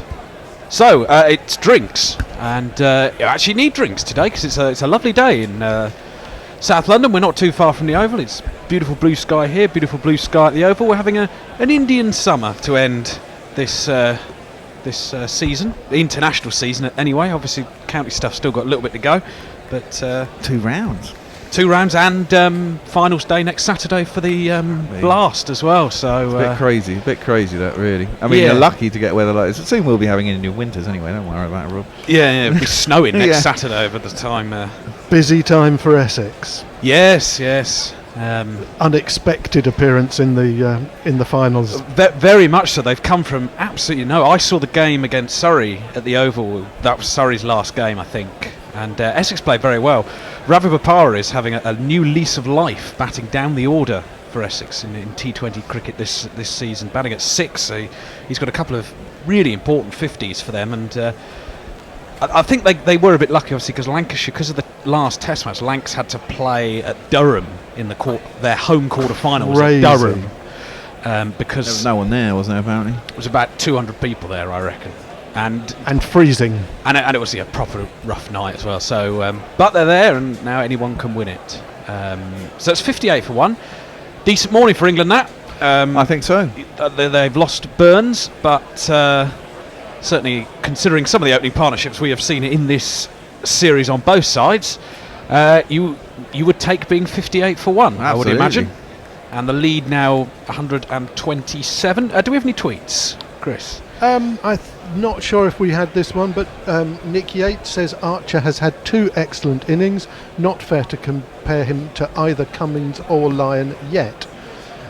Joshua Letchford says, I know this is rather bad timing, but sometimes I feel like Burns and especially Denley haven't received enough praise this summer. They've done a surprisingly decent job. I certainly don't think Burns has had the praise he deserves. I think as soon as he gets a low score, people are immediately on his back saying we need another opener. But I don't think that's. I think that's what I was making a point. I mean, you think he's done okay in this series, and this is probably one of the best bowling attack in the world. When you go down the whole bowling list, I mean, you got the likes of Bumrah, India, and stuff. But I think as an all-round bowling attack, this is probably the best unit. Just while the players were taking drinks, I think there's been a little bit of a warning, perhaps. I think from the umpire towards Matty Wade. I think he's a given too much. little bit too much chatting. I thought these new Australians were all very civilised on the field. No, I think Wade's very much old school, isn't he? Pat Cummins is going to return at the pavilion end, and he's bowling to Root. And Root defence is going to go for a quick single here. That's good positive running from England, and we've seen that this morning. Root through for 1, and he moves to 4. Well, my brother said yesterday that the Australians were actually quiet in terms of actual sledging, but they're constantly chirruping, these sort of noises you hear from the stands. Oh, yeah, come on, and clapping, and that was so I saw the first 2 days of the series at Edgbaston, and it was definitely noticeable when Australia were in the field on the second day. The amount of, every time there was a good ball, they were all up. As Cummins bowls, short, Denley ducks underneath it. Yeah, I was listening to the radio, and it was someone else. It might have even been what's his name, Toby Tarrant's son. He had Swanee on his radio show, and Swanee was saying it's amazing how these days all the cricketers have perfected the perfect smile and looking chummy with everyone whilst giving them a whole load of shit. With a half hand covering their mouth. When the camera's on and you're far enough away from stump mic. Yeah, you know, just smile but say something really horrible. It's all part of the act, isn't it, of being an international cricketer. Absolutely. Cummins is going to bowl to Denley, and Denley lets this one go outside the off stump. And again, nearly some problems with the leave. We've seen that a bit in this Test match from Denley. Certainly on the first morning, that was England's most profitable shot for a little while. Was just a flick off while you're trying to leave and running it down a third man. And tweets get out of date very quickly. Dave Almighty, please ban Nazis. Burns looks solid. He will definitely get a ton here. Oh dear, unlucky. He was looking good, in fairness. He was. I mean, that's just, a little bit of unluck. It was there for the shot. He got it wrong. It bounced a little bit less. There's always a risk in a horizontal bat shot. Cummins bowls. Denley lets this one go through the pane, and you can see David Warner there, just what we were talking about, chirping when a batsman leaves one outside the off stump. 59 for 1. Messages pointing out that speaking of conversion rates, Smith clearly has a problem converting to 200s, because Bradman in 1930 converted 3 of his 400s, whereas Smith this year has only converted 1 of his 300s. There you go. There was definitely a school of thought after Edgbaston that England needed to expose Smith's weakness in the 140s more. Yeah. having got 2 scores, 2 very similar scores in that match. Well, that was the first time he'd been out genuinely. There is the attempted leave that he gets bat on Denley, and it just runs into the gully. I thought that was a replay for me. What was I going to say? I mean, he genuinely missed a straight one yesterday, and so I think it's the only 3rd time he's been out of LBW in 2 years or something. And one of the other times was when at he was Lord's, concussed. but obviously, I think we can excuse the fact his shot in that match. Marcus Harris is still off the field. We're just seeing a replay of the drop last night, which has caused some injury to him on his finger. Insult to injury. Very much so, because it was quite an easy chance that he put down. Showing it again. Yeah, here you are again, mate. Cummins bowls. That was not the best bounce you'll ever see, and Denley is comfortably enough underneath it. That's the end of the over. England are 59 for 1, lead by 128. Any more tweets, and Chris? some tweets, yes. Mog, Matthew Wade is still being a gobby shite, I see. Yep. Dave left of left field. Siddle obviously only had 14 bananas for breakfast instead of his customary 49, and is a bit short of energy. Well, obviously either Siddle or David are fans of the 7 times table. He'll ask to go off soon to buy some more. Durban Oki, Woi Woi Pom, saying, morning, on a train back to Glasgow. He was at York Transport Museum, I saw the other day. Flight out going back to South Africa. Looking at Lyons and Ashwin stats, Lyon 90 tests, 359 wickets, average 32. Ashwin 64 tests, 336 wickets, 25.4. Figures alone, Ashwin seems better. I think you can definitely make a case for either there. There was another couple of words from umpire Dharmasena towards the Australian fielders, as Hazelwood is going to start up from the Vauxhall end. Bowls to Root, who lets this one go through outside the off stump. Perhaps they're just trying to prove that this match matters to them, because maybe yesterday people were saying, that their concentration wasn't there as much as it should have been. I just don't even when it's like, even when we've had situations in Australia where Australia have been 3-0 up with 2 to play, I still don't. An Ashes match is still an Ashes match. It's not I don't see a dead rubber. Like people were saying, obviously Cook got that enormous score in the Melbourne Test last time when the Ashes were already lost. People were saying, it doesn't really count because it was in a dead rubber. He's still done it at Boxing Day Test match in front of 100,000 at the MCG. It was a great innings. Hazelwood bowls, and Root has lifted this one over the slips for 4. I think he was in control of it, and it runs down towards the pavilion for 4 runs. It's Nissan She. It's Nissan She. I think they're going to try and. It was a bit short from Hazelwood. Root was trying to cut short. It was an edge, but it was never in danger of being caught. He was always trying to play it up, wasn't he? Yeah, it was an uppish shot. It's just gone a bit finer, I think, than Root wanted it to. But the result is the same as what he would have intended. 4 runs. Cheeky smile to himself afterwards.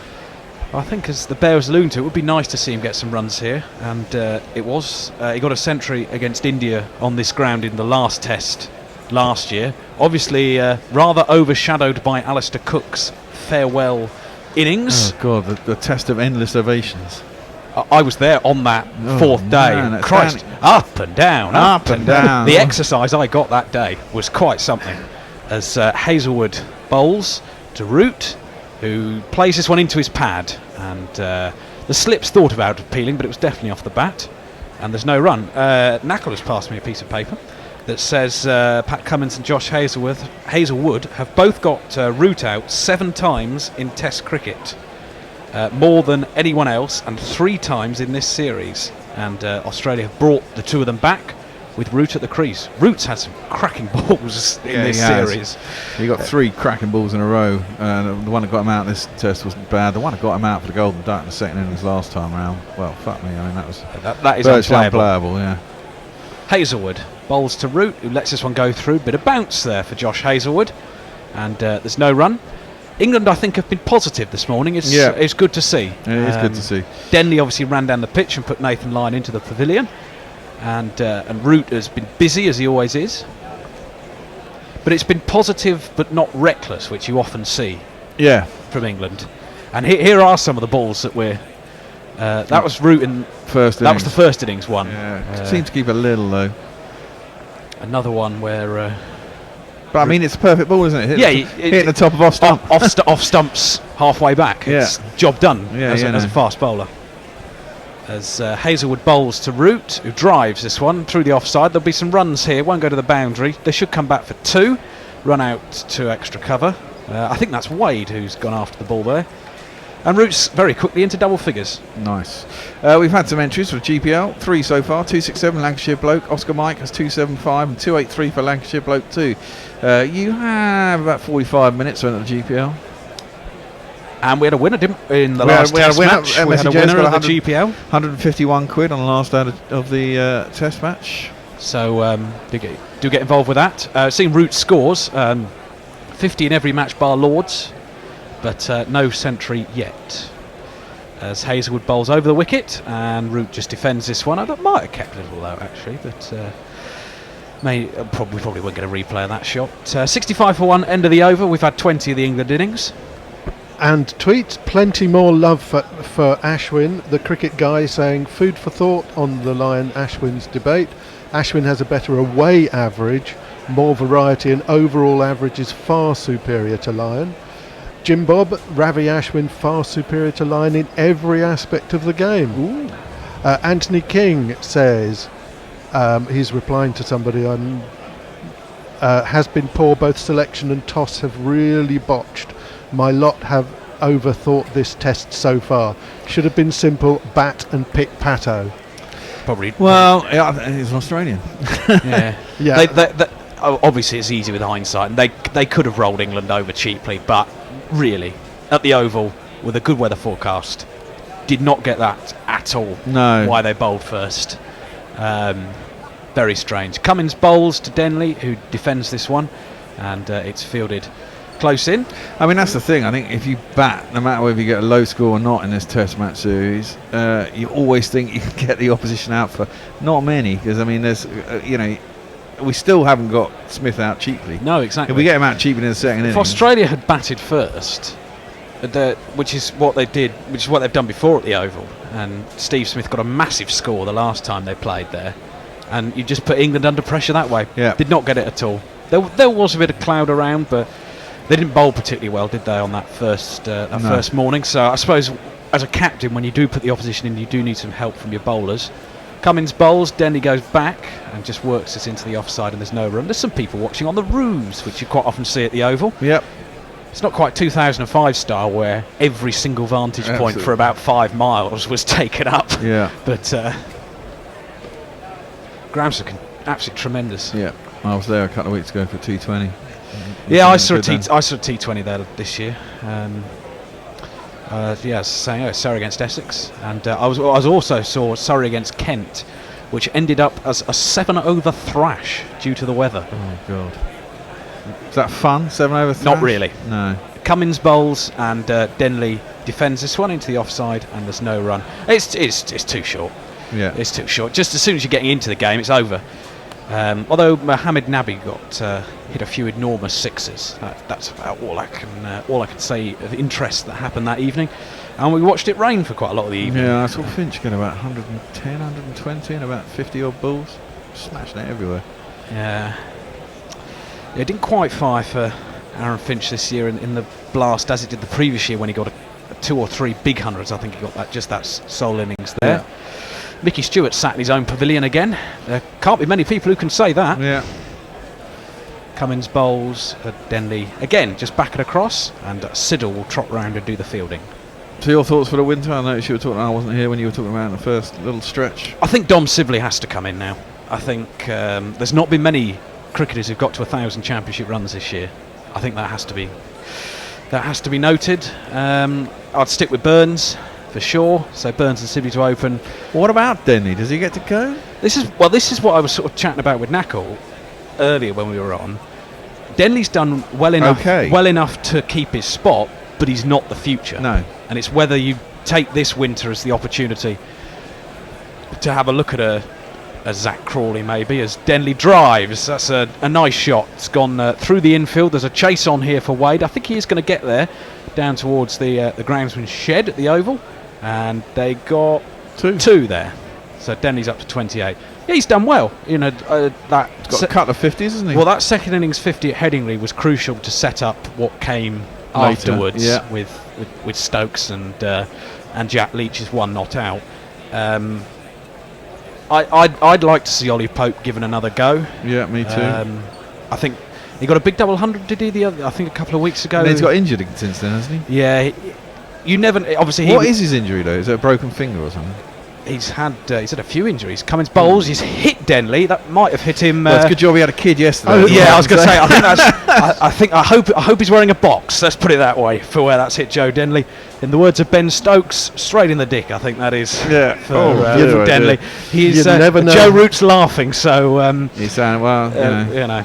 As you said, it's a good job the kid is here now, and his wife might be saying he won't have to have the operation after. Yeah, just play some cricket.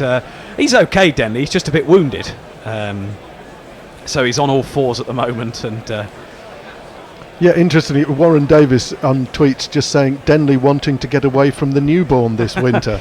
Well, the thing is, that's not a bad shout. This New Zealand tour is a bit of an odd one in the fact there's only 2 test matches, and that is a bullseye from Pat Cummins. Literally, yeah. Straight in. It seemed to leap a little bit harder than I think he was expecting it. Denley went down in instalments onto the ground, and he'll just need he'll just need a few minutes to recover himself here. Yeah, I think. So the New Zealand Test series, it's only 2 games. They aren't part of the Test Championship. Yeah.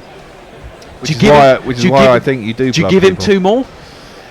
Well, this is the thing. I mean, he kind of earned it, doesn't he? He's late in his career, gets extra cash for for playing. Or you play Sibley and you put him back in the middle order potentially. Possibly. Maybe you ask him, but I think it's a good excuse to say to a lot of people. I mean, you could take Denley and give other people a break. Possibly. And you could take a whole load of after youngsters. I mean, there's Zach Crawley, isn't there? Everyone keeps talking about Dom Sibley and Ollie Pope are the obvious 3. Yeah. You could put them all on the tour party. Give Bairstow or Butler a break. Take Folkes out as your keeper. I mean, you still want a reasonably strong middle order. I mean, there's an argument to say Stokes and Root and Butler and Bairstow should all have a break. Well, I certainly think that they're going to use the T20 series to rest some players, but I'd be looking as well to say to someone like Root, maybe not Root, he's obviously Test captain, But Stokes say, just have this tour off, have some time away, and then come back for South Africa. Because South Africa's the big series this winter. The New Zealand... They'll be eyeing up for a win down there, I think, as well. I think that could be a cracking series. I think there are two teams who both have their flaws, but on their day can play some very good cricket. And the pitches down there have been pretty spicy of late as well. And the last couple of tours England have been down, there've been some great matches. Right, we're ready to get back underway, and Root's edging Hazelwood, but there's a misfield by Warner at slip. It bounced in front of him, and it's going to run away for a couple of runs. The ball stops before getting to the boundary. Labuschagne fields, and they get 2. Root moves to 12.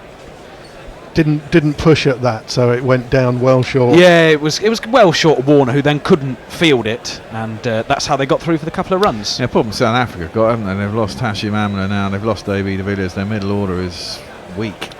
Yeah, and I think we saw that during the World Cup. Yeah, obviously not different format, but I mean, you've got Faf in the top order. That's about it, really. Markram.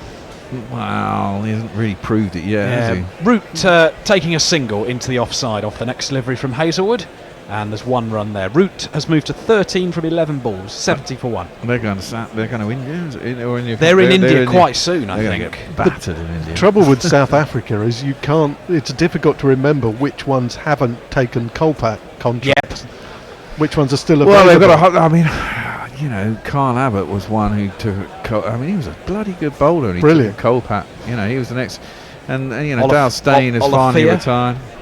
Became a Kolpak, didn't he? Yeah. Mm-hmm. I mean, Rabada is obviously world class. I'm trying to think of the Lancashire. Lancashire have got one, I think, as well. I'm not sure if Dean Elgar. I think he's still. No, I think he's an overseas. But he's not had a great season with the bat in county cricket. Well, I mean, they had last time we went, they had Van Sale and Elgar, and Elgar's crabby and annoying, and he scores at an extraordinarily slow rate. But he did stick it out a couple of times. They got the lad who had a decent World Cup, Van der Dussen. He was quite good during the World Cup. Rassi. I saw South Africa during the World Cup, the very last pool group game, and he got a 90 odd, I think, against the Aussies up at Old Trafford in a game South Africa won, and ultimately sent Australia to Edgbaston for the semi-final, which England were delighted with, as Hazelwood bowls and Denley just works us into the leg side, and there's no run. I was at that game. Semi-final. Oh, joyous. That was one of the when Warner went in about the third over, you're like, yes. So my office is walking distance from Waterloo, and in the time I walked from Waterloo Station to my office that day, we got Warner, Finch, and whoever the third one was, and they were all out just in that time I was walking. I didn't want to go in. That was our first game back on as the World. No, it wasn't, because we did the India game, and the India game was amazing as well. The New Zealand game, over 2 days. Yeah. Hazelwood bowls, and that hits Denny on the pad. It's too high to be considered as an LBW appeal. Denny does have these phases where he just gets stuck on a score, then he'll get a load of runs, then get stuck on a score again. Feel like he's been on 28 for a little while now. Any more tweets? Durban Oki saying, this isn't a dead rubber, there is a difference between retaining and winning the Ashes, and also points towards the World Test Championship. Absolutely. I mean, all those points, Durban, you are absolutely spot on with. Yep, and I think that is the whole point of the World Test Championship, to give these sort of games meaning. It's obviously going to take a little while for everybody to get used to it, and to sort of everybody going, we can get points here for the World Test Championship, but I think it's a good idea. Myself, Hazelwood bowls, and Denny just comes forward. That's the end of the over. Denley looks absolutely fine after his blow in the previous over. Okay. Yeah, just so that Leah doesn't get annoyed with me, I will read her final comment on the Ashwin-Lyon debate. Ashwin also contributes with the bat and has a test ton to his name. It's a test ton? I'm not talking... Ashwin as a batsman, absolutely he's better than Lyon. I'm talking purely as a bowler. Nick Yates is carrying on an argument with George McPherson about having an opinion. This is guerrilla cricket, so of course you can have an opinion. Absolutely. But there's no right or wrong answer. Yeah, Cummins and Lyon have 482 test wickets between them. Archer has 22.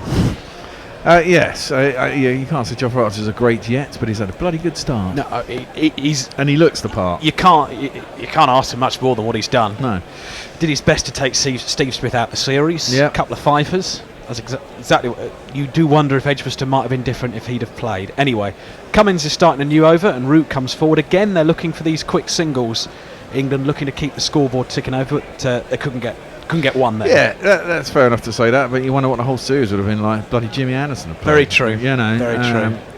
He's a massive miss. He's the highest, wicket taker by seam bowling in the world ever. We've missed him throughout a series that he was looking to make a last hurrah with. Just a point from Messages here. It was interesting to see Justin Langer being so surprised at Payne's decision to field. Well, come back to that. As Cummins bowls to Root, who turns this off his legs, they'll get one here. They've got 2 men out on the leg side boundary, Australia, at the moment. And leg trap, isn't it? Indeed. And Root's got one there, 71 for 1. Yeah, it is an odd decision. I mean, it is an odd decision. I mean, you've got to say that most times you're almost always bat. And I mean, it wasn't even if there were overheads that said all this. And there was a bit of green and there was a bright blue sky. You go, well, if you get through the first hour, then you can make hay, don't you? I mean, you've got to expect there to be a little bit of juice in a pitch at the beginning of any match. Apparently, all the talk on the first day was that up until the toss, Payne had said that he was going to bat, and he went out, won the toss, and bowled. changed his mind. Or fool. Cummins bowls to Denley, who drives through the offside. It was a nice looking shot, but it's well fielded by Siddle, and there's no run. Good timing. Hit that quite sweetly. Got any more? I'm not sure exactly what Catherine McGregor is saying to Dutch Bird Kate. It seems to be 2 sets of applause and a bat and ball emoji. Leah saying, will Denley be able to manufacture a career as a commentator from these hits amidships like Bumble did? I don't know how many times I've heard the story used about him being hit by Jeff Thompson. It's not you know the punchline now. Yeah. Cummins bowls. That's a poorly directed bouncer down the leg side, and Denley has nothing to do with it. I prefer the Brian Johnston, Colin Cowdery one going back even further, which Brian Johnston said as Cowdery was recovering, it's all right, there's only 1 ball left. Oh dear. But they did. Denley has a new box. I don't know. Ben Stokes now uses Jack Leach's box. I don't know if you've read this after Headingley. So Ben Stokes lost his box after the first innings at Headingley, borrowed Jack Leach's, and now will use it permanently. As Hazelwood bowls Denley with an inside edge. No, he didn't bowl him. Goes over the top of the stumps and goes for 4. The way the Australian slips went up, I thought he bowled him, but it's gone for 4. I think sorry for panicking any England fans. 1, kind of far away. 3, 4.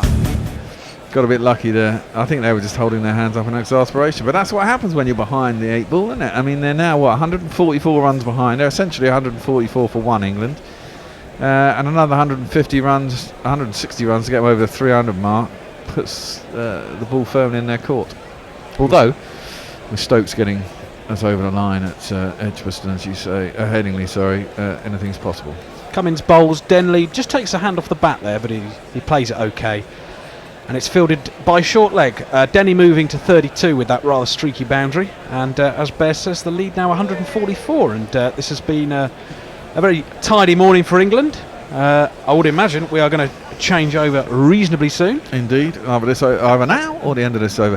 What I would say, England now, I suppose we've tried this whole series, but England know that essentially if you can't get Smith out, just concentrate on getting everyone else out. The other absolutely. End. And even if then, you may get a ton, but you'll get the rest of the side out for 120. Absolutely. If you can get the other one is to get out Larry Shane, isn't it? He's the other. Yeah, although I don't, when I watch him back, I don't feel like he's going to go on and make the ton. No, he does offer chances, and we've missed a few of those chances, and he's got a bit lucky on occasion. We've got a change of bowling, and Mitch Marsh is going to come into the attack for the first time in this second innings. It's this man.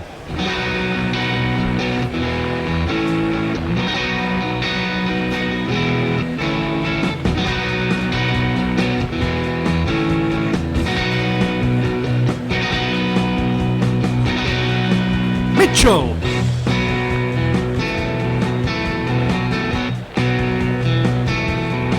He was born with a flawless Aussie name and a stand. And here is Mitch Marsh, the hero from the first innings, and Root drives the first ball down the ground. There's no run. It's fall, Daddy bowls me bats, but it's alright. He's no cocky ass, he's Mitchell man.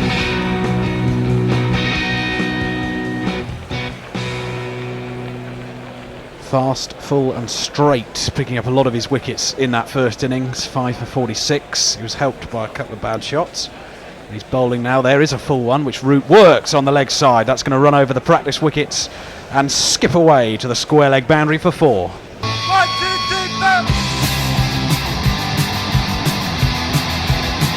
4. Well, he put it right up there, didn't he, and allowed it to swing. And he's that little bit slower, so it did swing.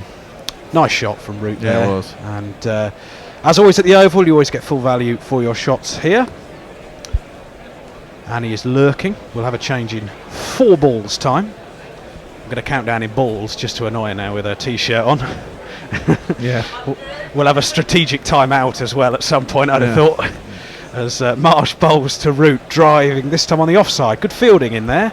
And there was nearly a run out there. There was terrible camera work. Yeah, it's going back to a couple of tests ago, wasn't it? And Denley came a long way down, and the throw was wide anyway from Wade.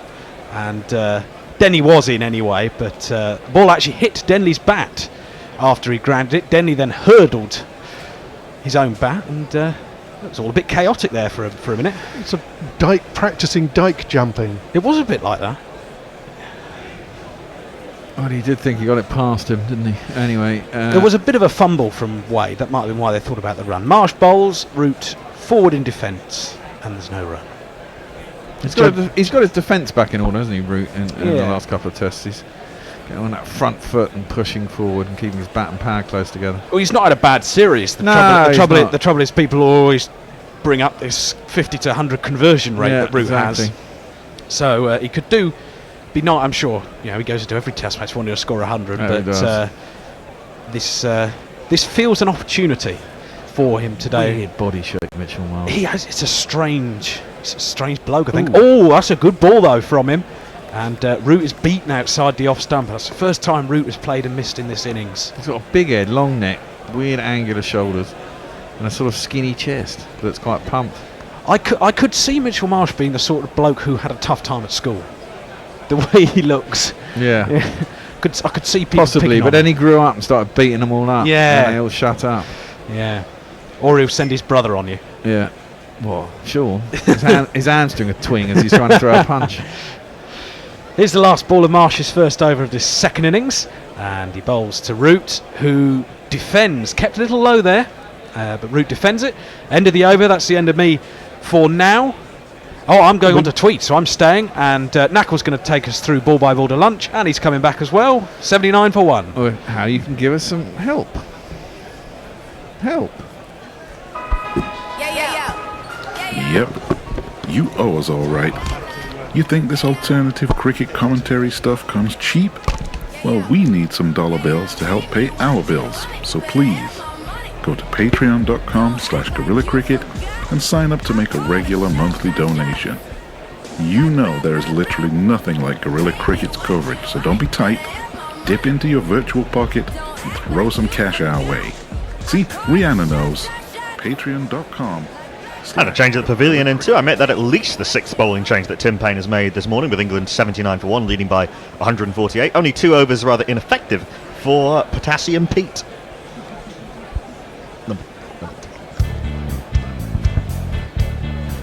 Well, I don't know quite what I should do. I'm at the Aussie team barbecue. In comes Siddle, a big in-swinger, and Joe Denley playing around his front pad, struck high up on the inside thigh, and it drops down into the offside there is no run. Suddenly they've all started swinging. Mitchell Marsh got the odd one to go. Oh, that was almost very close to the area he was hit in a moment ago. Yes, possibly the Denley family may not grow more than 2. Well, he's got 1. That's all he needs, surely. He's got 2. He's got 2. Yeah, he's got 2 now. Yeah, it was his second. It was his second realise. child. Denley God. batting a little bit outside of his crease to try and combat this. 32 off 78 he is. Siddle in his furious run-up. That's a good delivery. Tight to off stump, and Denley is in solidly behind this one. Up to mid-on, there is no run. As Rob said, I'm Knuckle Pandey, and I'll take you through to lunch on Ball by Ball. Rob is sitting to my left. He'll be reading your tweets and your Facebook live comments and your YouTube comments, and Annie Che will be playing your jingles, hopefully. Why'd you say hopefully? The machine's been a bit funky. Oh, has it? Lennox Lear, we were talking about South Africa. That their tour of India begins with a T20 tomorrow, so it would be nice if England could win this by T. That's right, in the gorgeous setting of Dharamsala up in the Himalayas. Siddle in, bowling from mid-crease. Denley drives, not in full control, but he opened the face to make sure that he got it away from Nathan Lyon at backward point, and he picks up 4 to the third man boundary.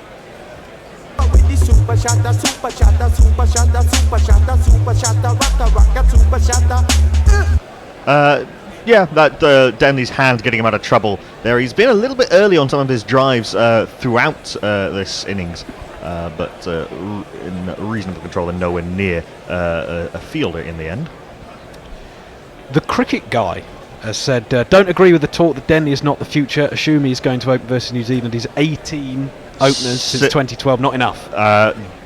Denley again faced by one from Siddle that swings in sharply, but started too straight, and it's a nice clip off the toes from Joe Denley, but straight to mid-wicket. There is no run. I don't think he will go. I think we like to swap and change as often as possible, as is seen. I mean, Denley's done all right, but he's done all right. There are openers in county cricket, which hasn't necessarily been the case in the last few years, who are putting up together sort of inarguable cases to be picked. Definitely. Siddle in. This one held its line. If anything, goes slightly away from Denley. He tries to drive into the offside and times it very badly off the inside part of the bat. It goes up to mid-on.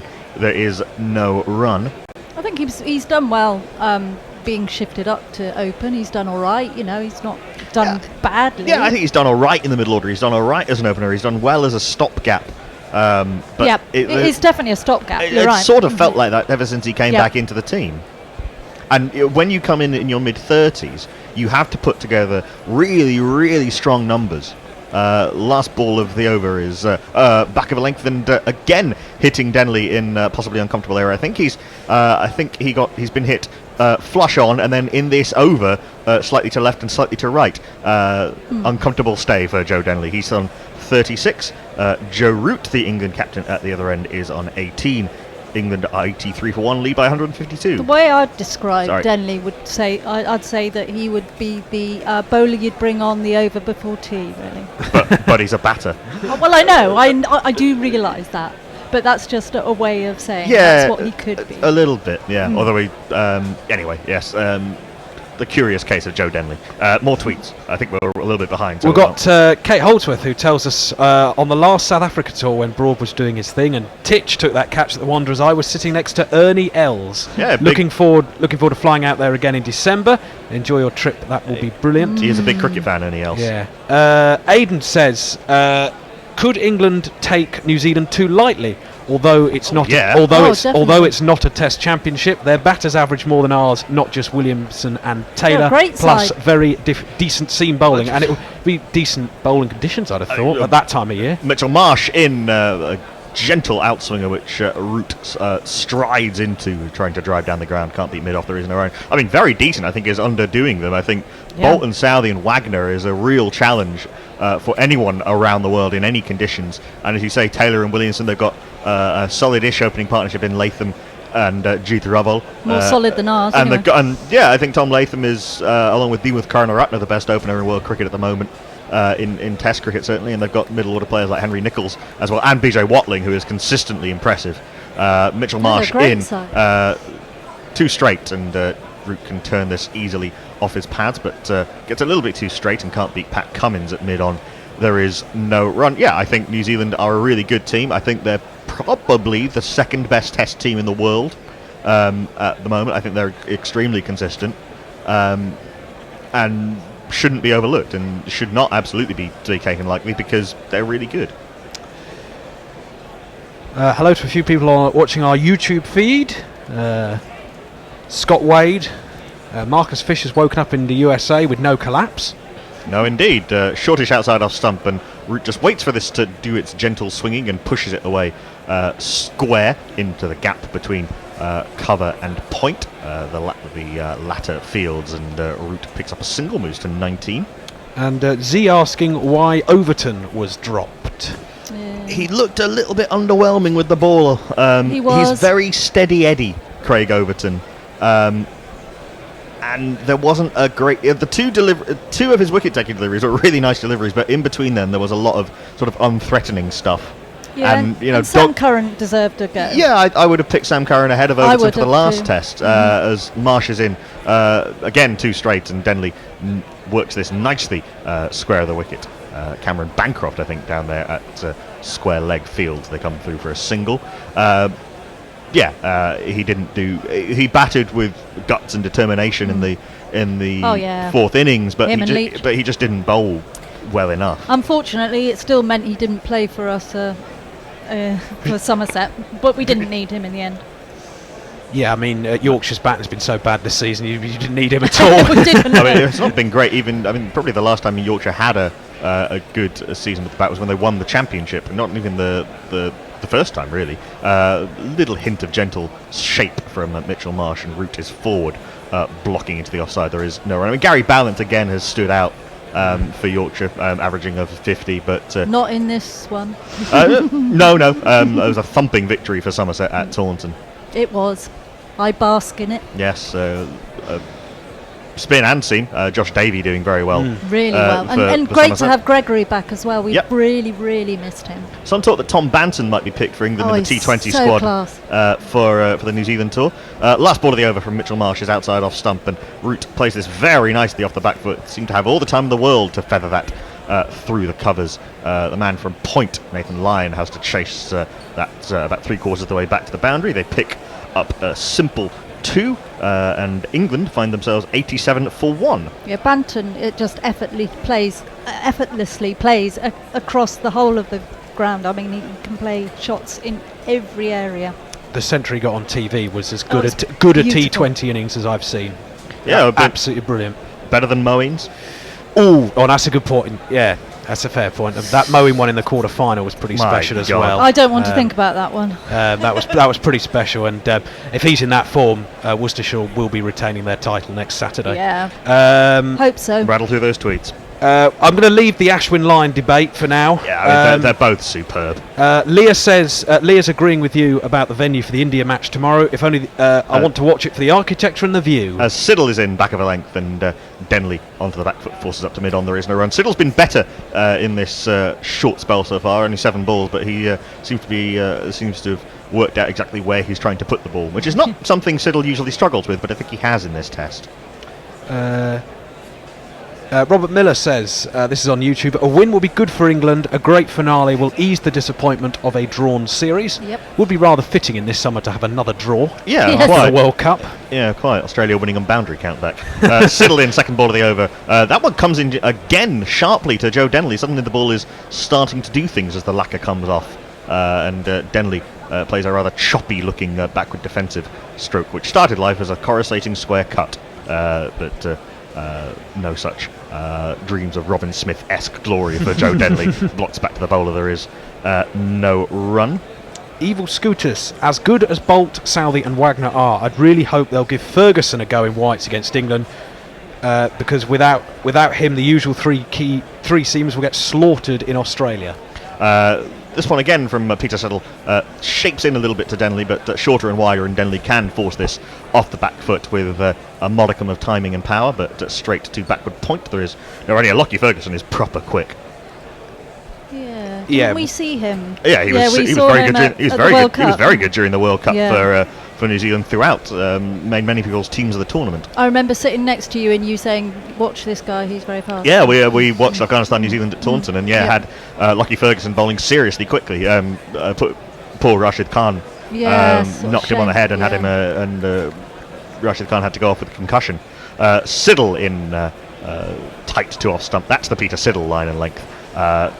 Angling into the top of off stump. Denley defends solidly into the offside. There is no run. Messi Jez, GPL alert. We've got £55 in the pot, and you've got about 13 or so minutes to get your GPLs in.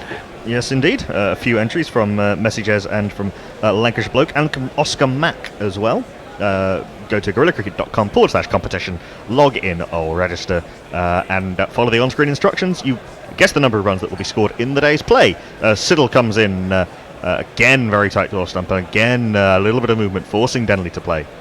He plays it late off the outside part of the bat to Gully, and there is no run. You guess the number of runs that will be scored in the day's play. You pay £1 per guess. You can have as many guesses as you like, and if you are bang on, you win the pot, which, as Messages said, currently stands at about £55. And it is a complete lottery. It is.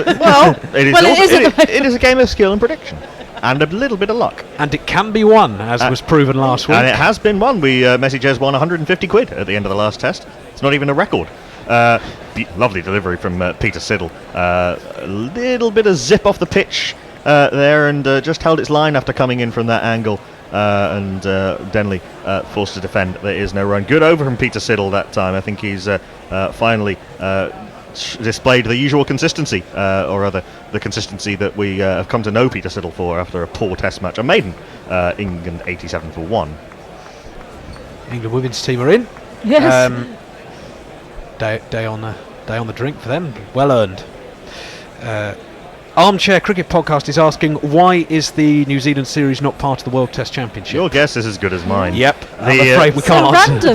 Well, the official reasoning is that it was scheduled before the World Test Championship was announced, but surely that was also true of the Ashes. Yes. It doesn't seem to make a lot of sense. I suspect that New Zealand are too easy to ignore. People find them very easy to ignore, which is weird because they're really good. We do have a change of bowling at the Vauxhall end. Mitchell Marsh out of the attack. He was swinging the ball a little bit, but nothing alarming. And the GOAT is back in.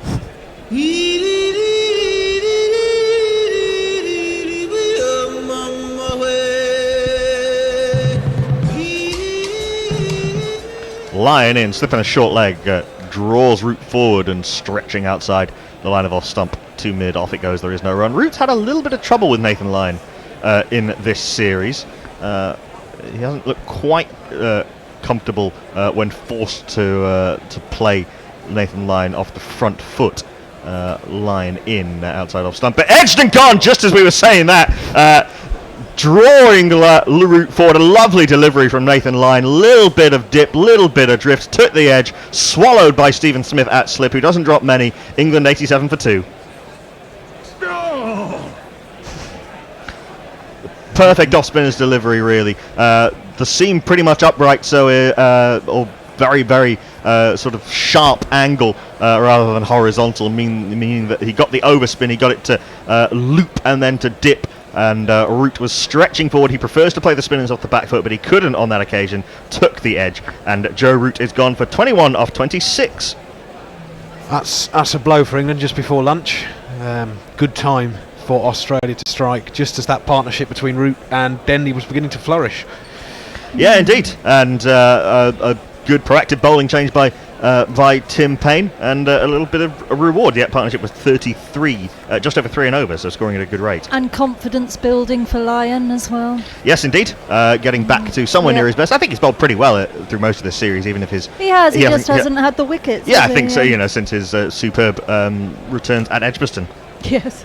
I'll rattle through a few of the tweets while we wait for the new batsman. Evil Scooters, one for you here, Annie, with talking about the Somerset Essex match for all the marbles in the final round of the championship. That's bound to be really fun. Yes, it will be. Cannot wait. Yeah, and Sky are showing it as well. If you aren't a fan of either team, so you can watch it as well. Yeah, so that's brilliant. Reminiscent of a few years ago when Middlesex, Yorkshire, and Somerset all went into the final day of the season with a chance to. I'm a Yorkshire fan, but as a neutral, that was so good. Even just as a fan of cricket, what a wonderful it was brilliant day of cricket. Disappointing. That brings the big angry Ginge to the middle at number 5. Ben? Number 4, indeed.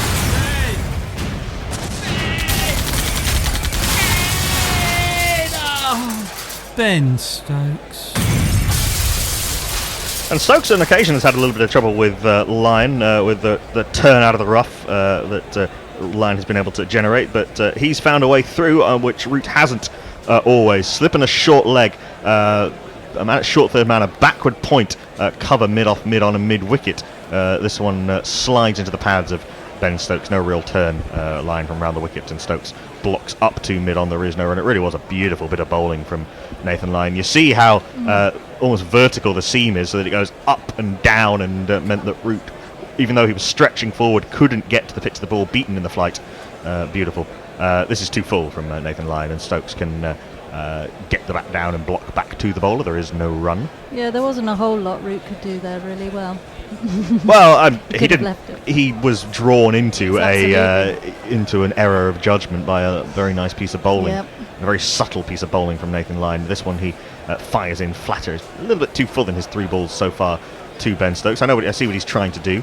Stokes blocks up to mid on. There is no. He's trying to get the ball to turn from middle and leg and get Ben Stokes' angles all wrong, so he opens him out so he can turn it across him. Hasn't happened as yet because he's been a little bit too full. Last ball of the over from Lyon. That's kind of what he was going for, and that one slides on. In fact, the danger of Lyon when not every ball is turning is increased compared to some of the sort of consistent sharp turn, which meant the ball was consistently missing the bat at Old Trafford. Stokes just about jabbed the bat down on it. A wicket maiden for Nathan Lyon.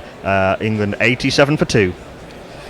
Devon Wade has joined us. Good morning. Morning. Good morning. I assume he is in America. Yes, I am Sancho.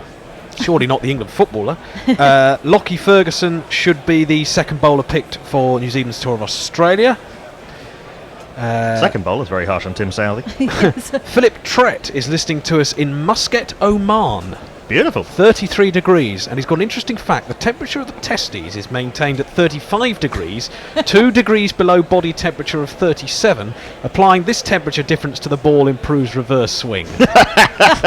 We do have a change of bowling at the other end. Mitchell Marsh switching ends.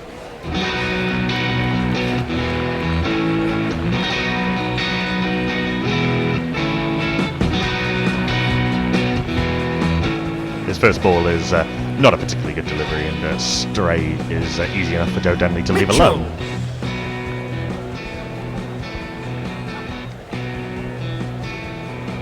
He was born with a flawless Aussie name. In comes Mitch Marsh from the pavilion end now, up to the crease and bowls a delivery which threatens to shape to Joe Denley, but he's forward and blocking up to Peter Siddle at mid-on. There is no run. Another short spell for Siddle. I think he actually bowled really well in that 2-over spell, but Marsh has been switched ends to see if he can get the ball to swing.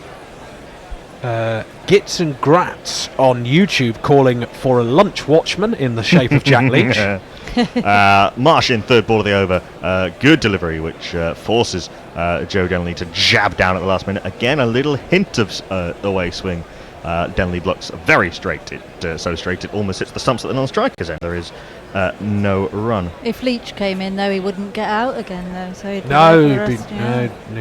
he'd be raising his bat at about 6 o'clock this evening. Right, yeah. Australia have done well in this last little period of time. It's 15 balls without a run conceded, and the wicket of the England captain Joe Root.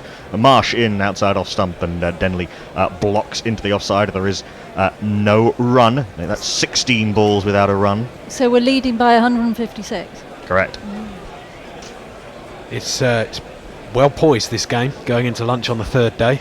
Just what you want for a test match, really. England just need one more partnership, you'd think, to build a big lead, but Australia have tightened the screw towards the latter half of this first session of day 3. The camera pans to Pat Cummins and Josh Hazlewood to see perhaps a bowling change might be imminent, but suspect it would have happened already if they were going to bring either of those two back on before lunch. Good delivery from Mitchell Marsh. This one doesn't swing away and keeps coming in on the angle, and Denley inside edges onto his pad, and it bounced just short of Steve Smith at second. So let's have a look at this again. In fact, no, it didn't take the edge. Coming off the back thigh pad. Denley didn't really have any idea about where that was going. Messenger says, only Nostradamus Pandey could have called that route dismissal 30 seconds before it occurred. That's one of my better ones, I have to say. Yeah, it was a lovely bit of bowling from Nathan Lyon, doing exactly what he wanted to do. Last ball of the over, good delivery from Mitchell Marsh. Starts sort of on middle and off and then swings away a little bit, but Denley is able to block this back to the bowler. There is no run. A maiden from Mitchell Marsh. That's 3 maidens in a row, including a wicket for Australia. Really good stuff from Siddle and Lyon and Marsh. Yeah, it should be 3 maidens bowled by 3 different bowlers. Looks like Denley is nearly hitting the box again. Yeah, I think so. Just a little bit lower, just a little bit further to the right. Australia have, as I say, tightened the screw in these last 3 overs, but England 87 for 2 still lead by 156. So should be able to put together a convincing total and a challenging total for Australia in the 4th innings. Des, I'll just one after this ball. Nathan Lyon in around the wicket to Ben Stokes, slipping a short leg. This one strays down leg, a ludicrous LBW sort of half shout. Even as they were appealing, they thought, no. It goes off the thigh pad down to the man at short, fine leg by England 88 for 2. Finally a run after 19 balls, although it was not off the bat. Des says, a quick shout out to Bridget, a new convert who, apart from the Josh Hazelwood jingle, has enjoyed discovering this weird and wonderful game of ours. What's wrong with the Hazelwood jingle? Welcome, Bridget. Change of field, obviously, to the right-handed Joe Denley. I think Lyon's going to stay round the wicket to the Ersatz England opener, slipping a short leg in place, draws Denley forward, and he pushes into the offside. Denley was very proactive against Nathan Lyon in Lyon's first spell, coming down the track and lifting him for a lovely 4, and then a big 6 into the pavilion, which basically hit Lyon out of the attack, which probably wasn't the wisest idea, because then Denley had to face Pat Cummins. Down the track again comes Denley. He does look the most comfortable of any of England's batters using their feet to Nathan Lyon coming down the track. He meets this one on the half volley and pushes firmly back to Lyon, who fields well off his own bowling. And Denley doesn't come down the track and try and smash every ball. He just uses it as a tactic to get himself into a good position. He's solidly in behind this one as it curves in from that angle from round the wicket and fetches off on kind of middle and off stump. Yes, we need him to stay there for lunch, don't we? Yeah, might only have 2 balls to survive if he gets his time wasting right. That's a little bit leg sidey, and a nice pleasant net on drive from Joe Denley. Matthew Wade fielding at mid on, fumbling but fielding. There is no run. It is 12:59. We might get another one in. Might get another over in. Nathan Lyon's obviously going to try and hurry through, and Joe Denley doesn't really know where this one is, trying to play it off the back foot, but not really getting far enough back. And off the inside part of the bat, it Payne's run up the other comes end. off both legs, drops in front of him. There is no run.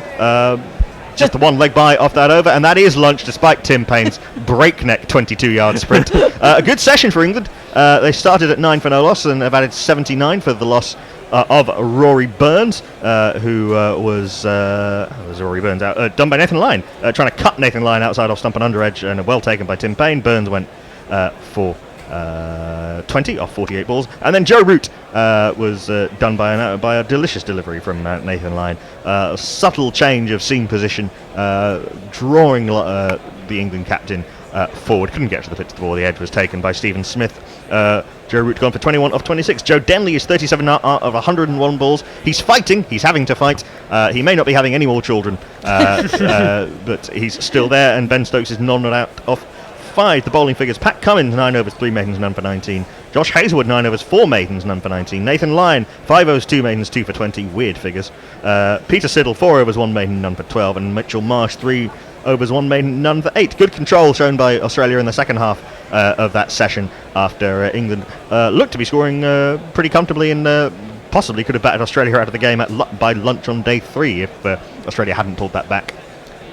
Yes, solid morning for England. Australia will be pleased to have picked up those couple of wickets, but it's a pretty even session, really. It's an even session. It's been a run-of-the-mill session of Test match cricket, which we don't get too often these days. Certainly not in this series.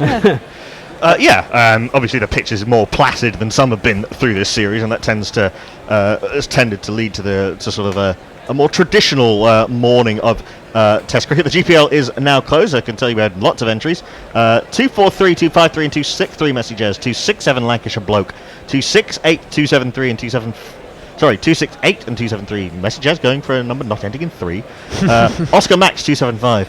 Lancashire Bloke and messages sharing 283, and then messages 293, 303, 313, 323 and 333. Do we have any more tweets before we wrap up? I've got a couple that we'll do before lunch. Matt Searle has the lunchtime odds. England 2-9, the draw 22-1. Oh, so that's come in a bit. That has come in from 33, and Australia have drifted out to 4s, having been 3s. And I'll finish with this one with from Evil Scooters. Root finishes with 325 runs for the series, meaning only 4 players will likely finish the series averaging more than 35. The 2 England players, Root and Burns, had 8 extra innings than the 2 Australian players. It's impressive. That's great stats. It is impressive, yeah. Yes, I think before this Test match, everyone not called Stephen Smith averaged 30. Stephen Smith averaged 140. Correction, it is Burns and Stokes. Sorry, not Burns and Root, but Root averaging 30.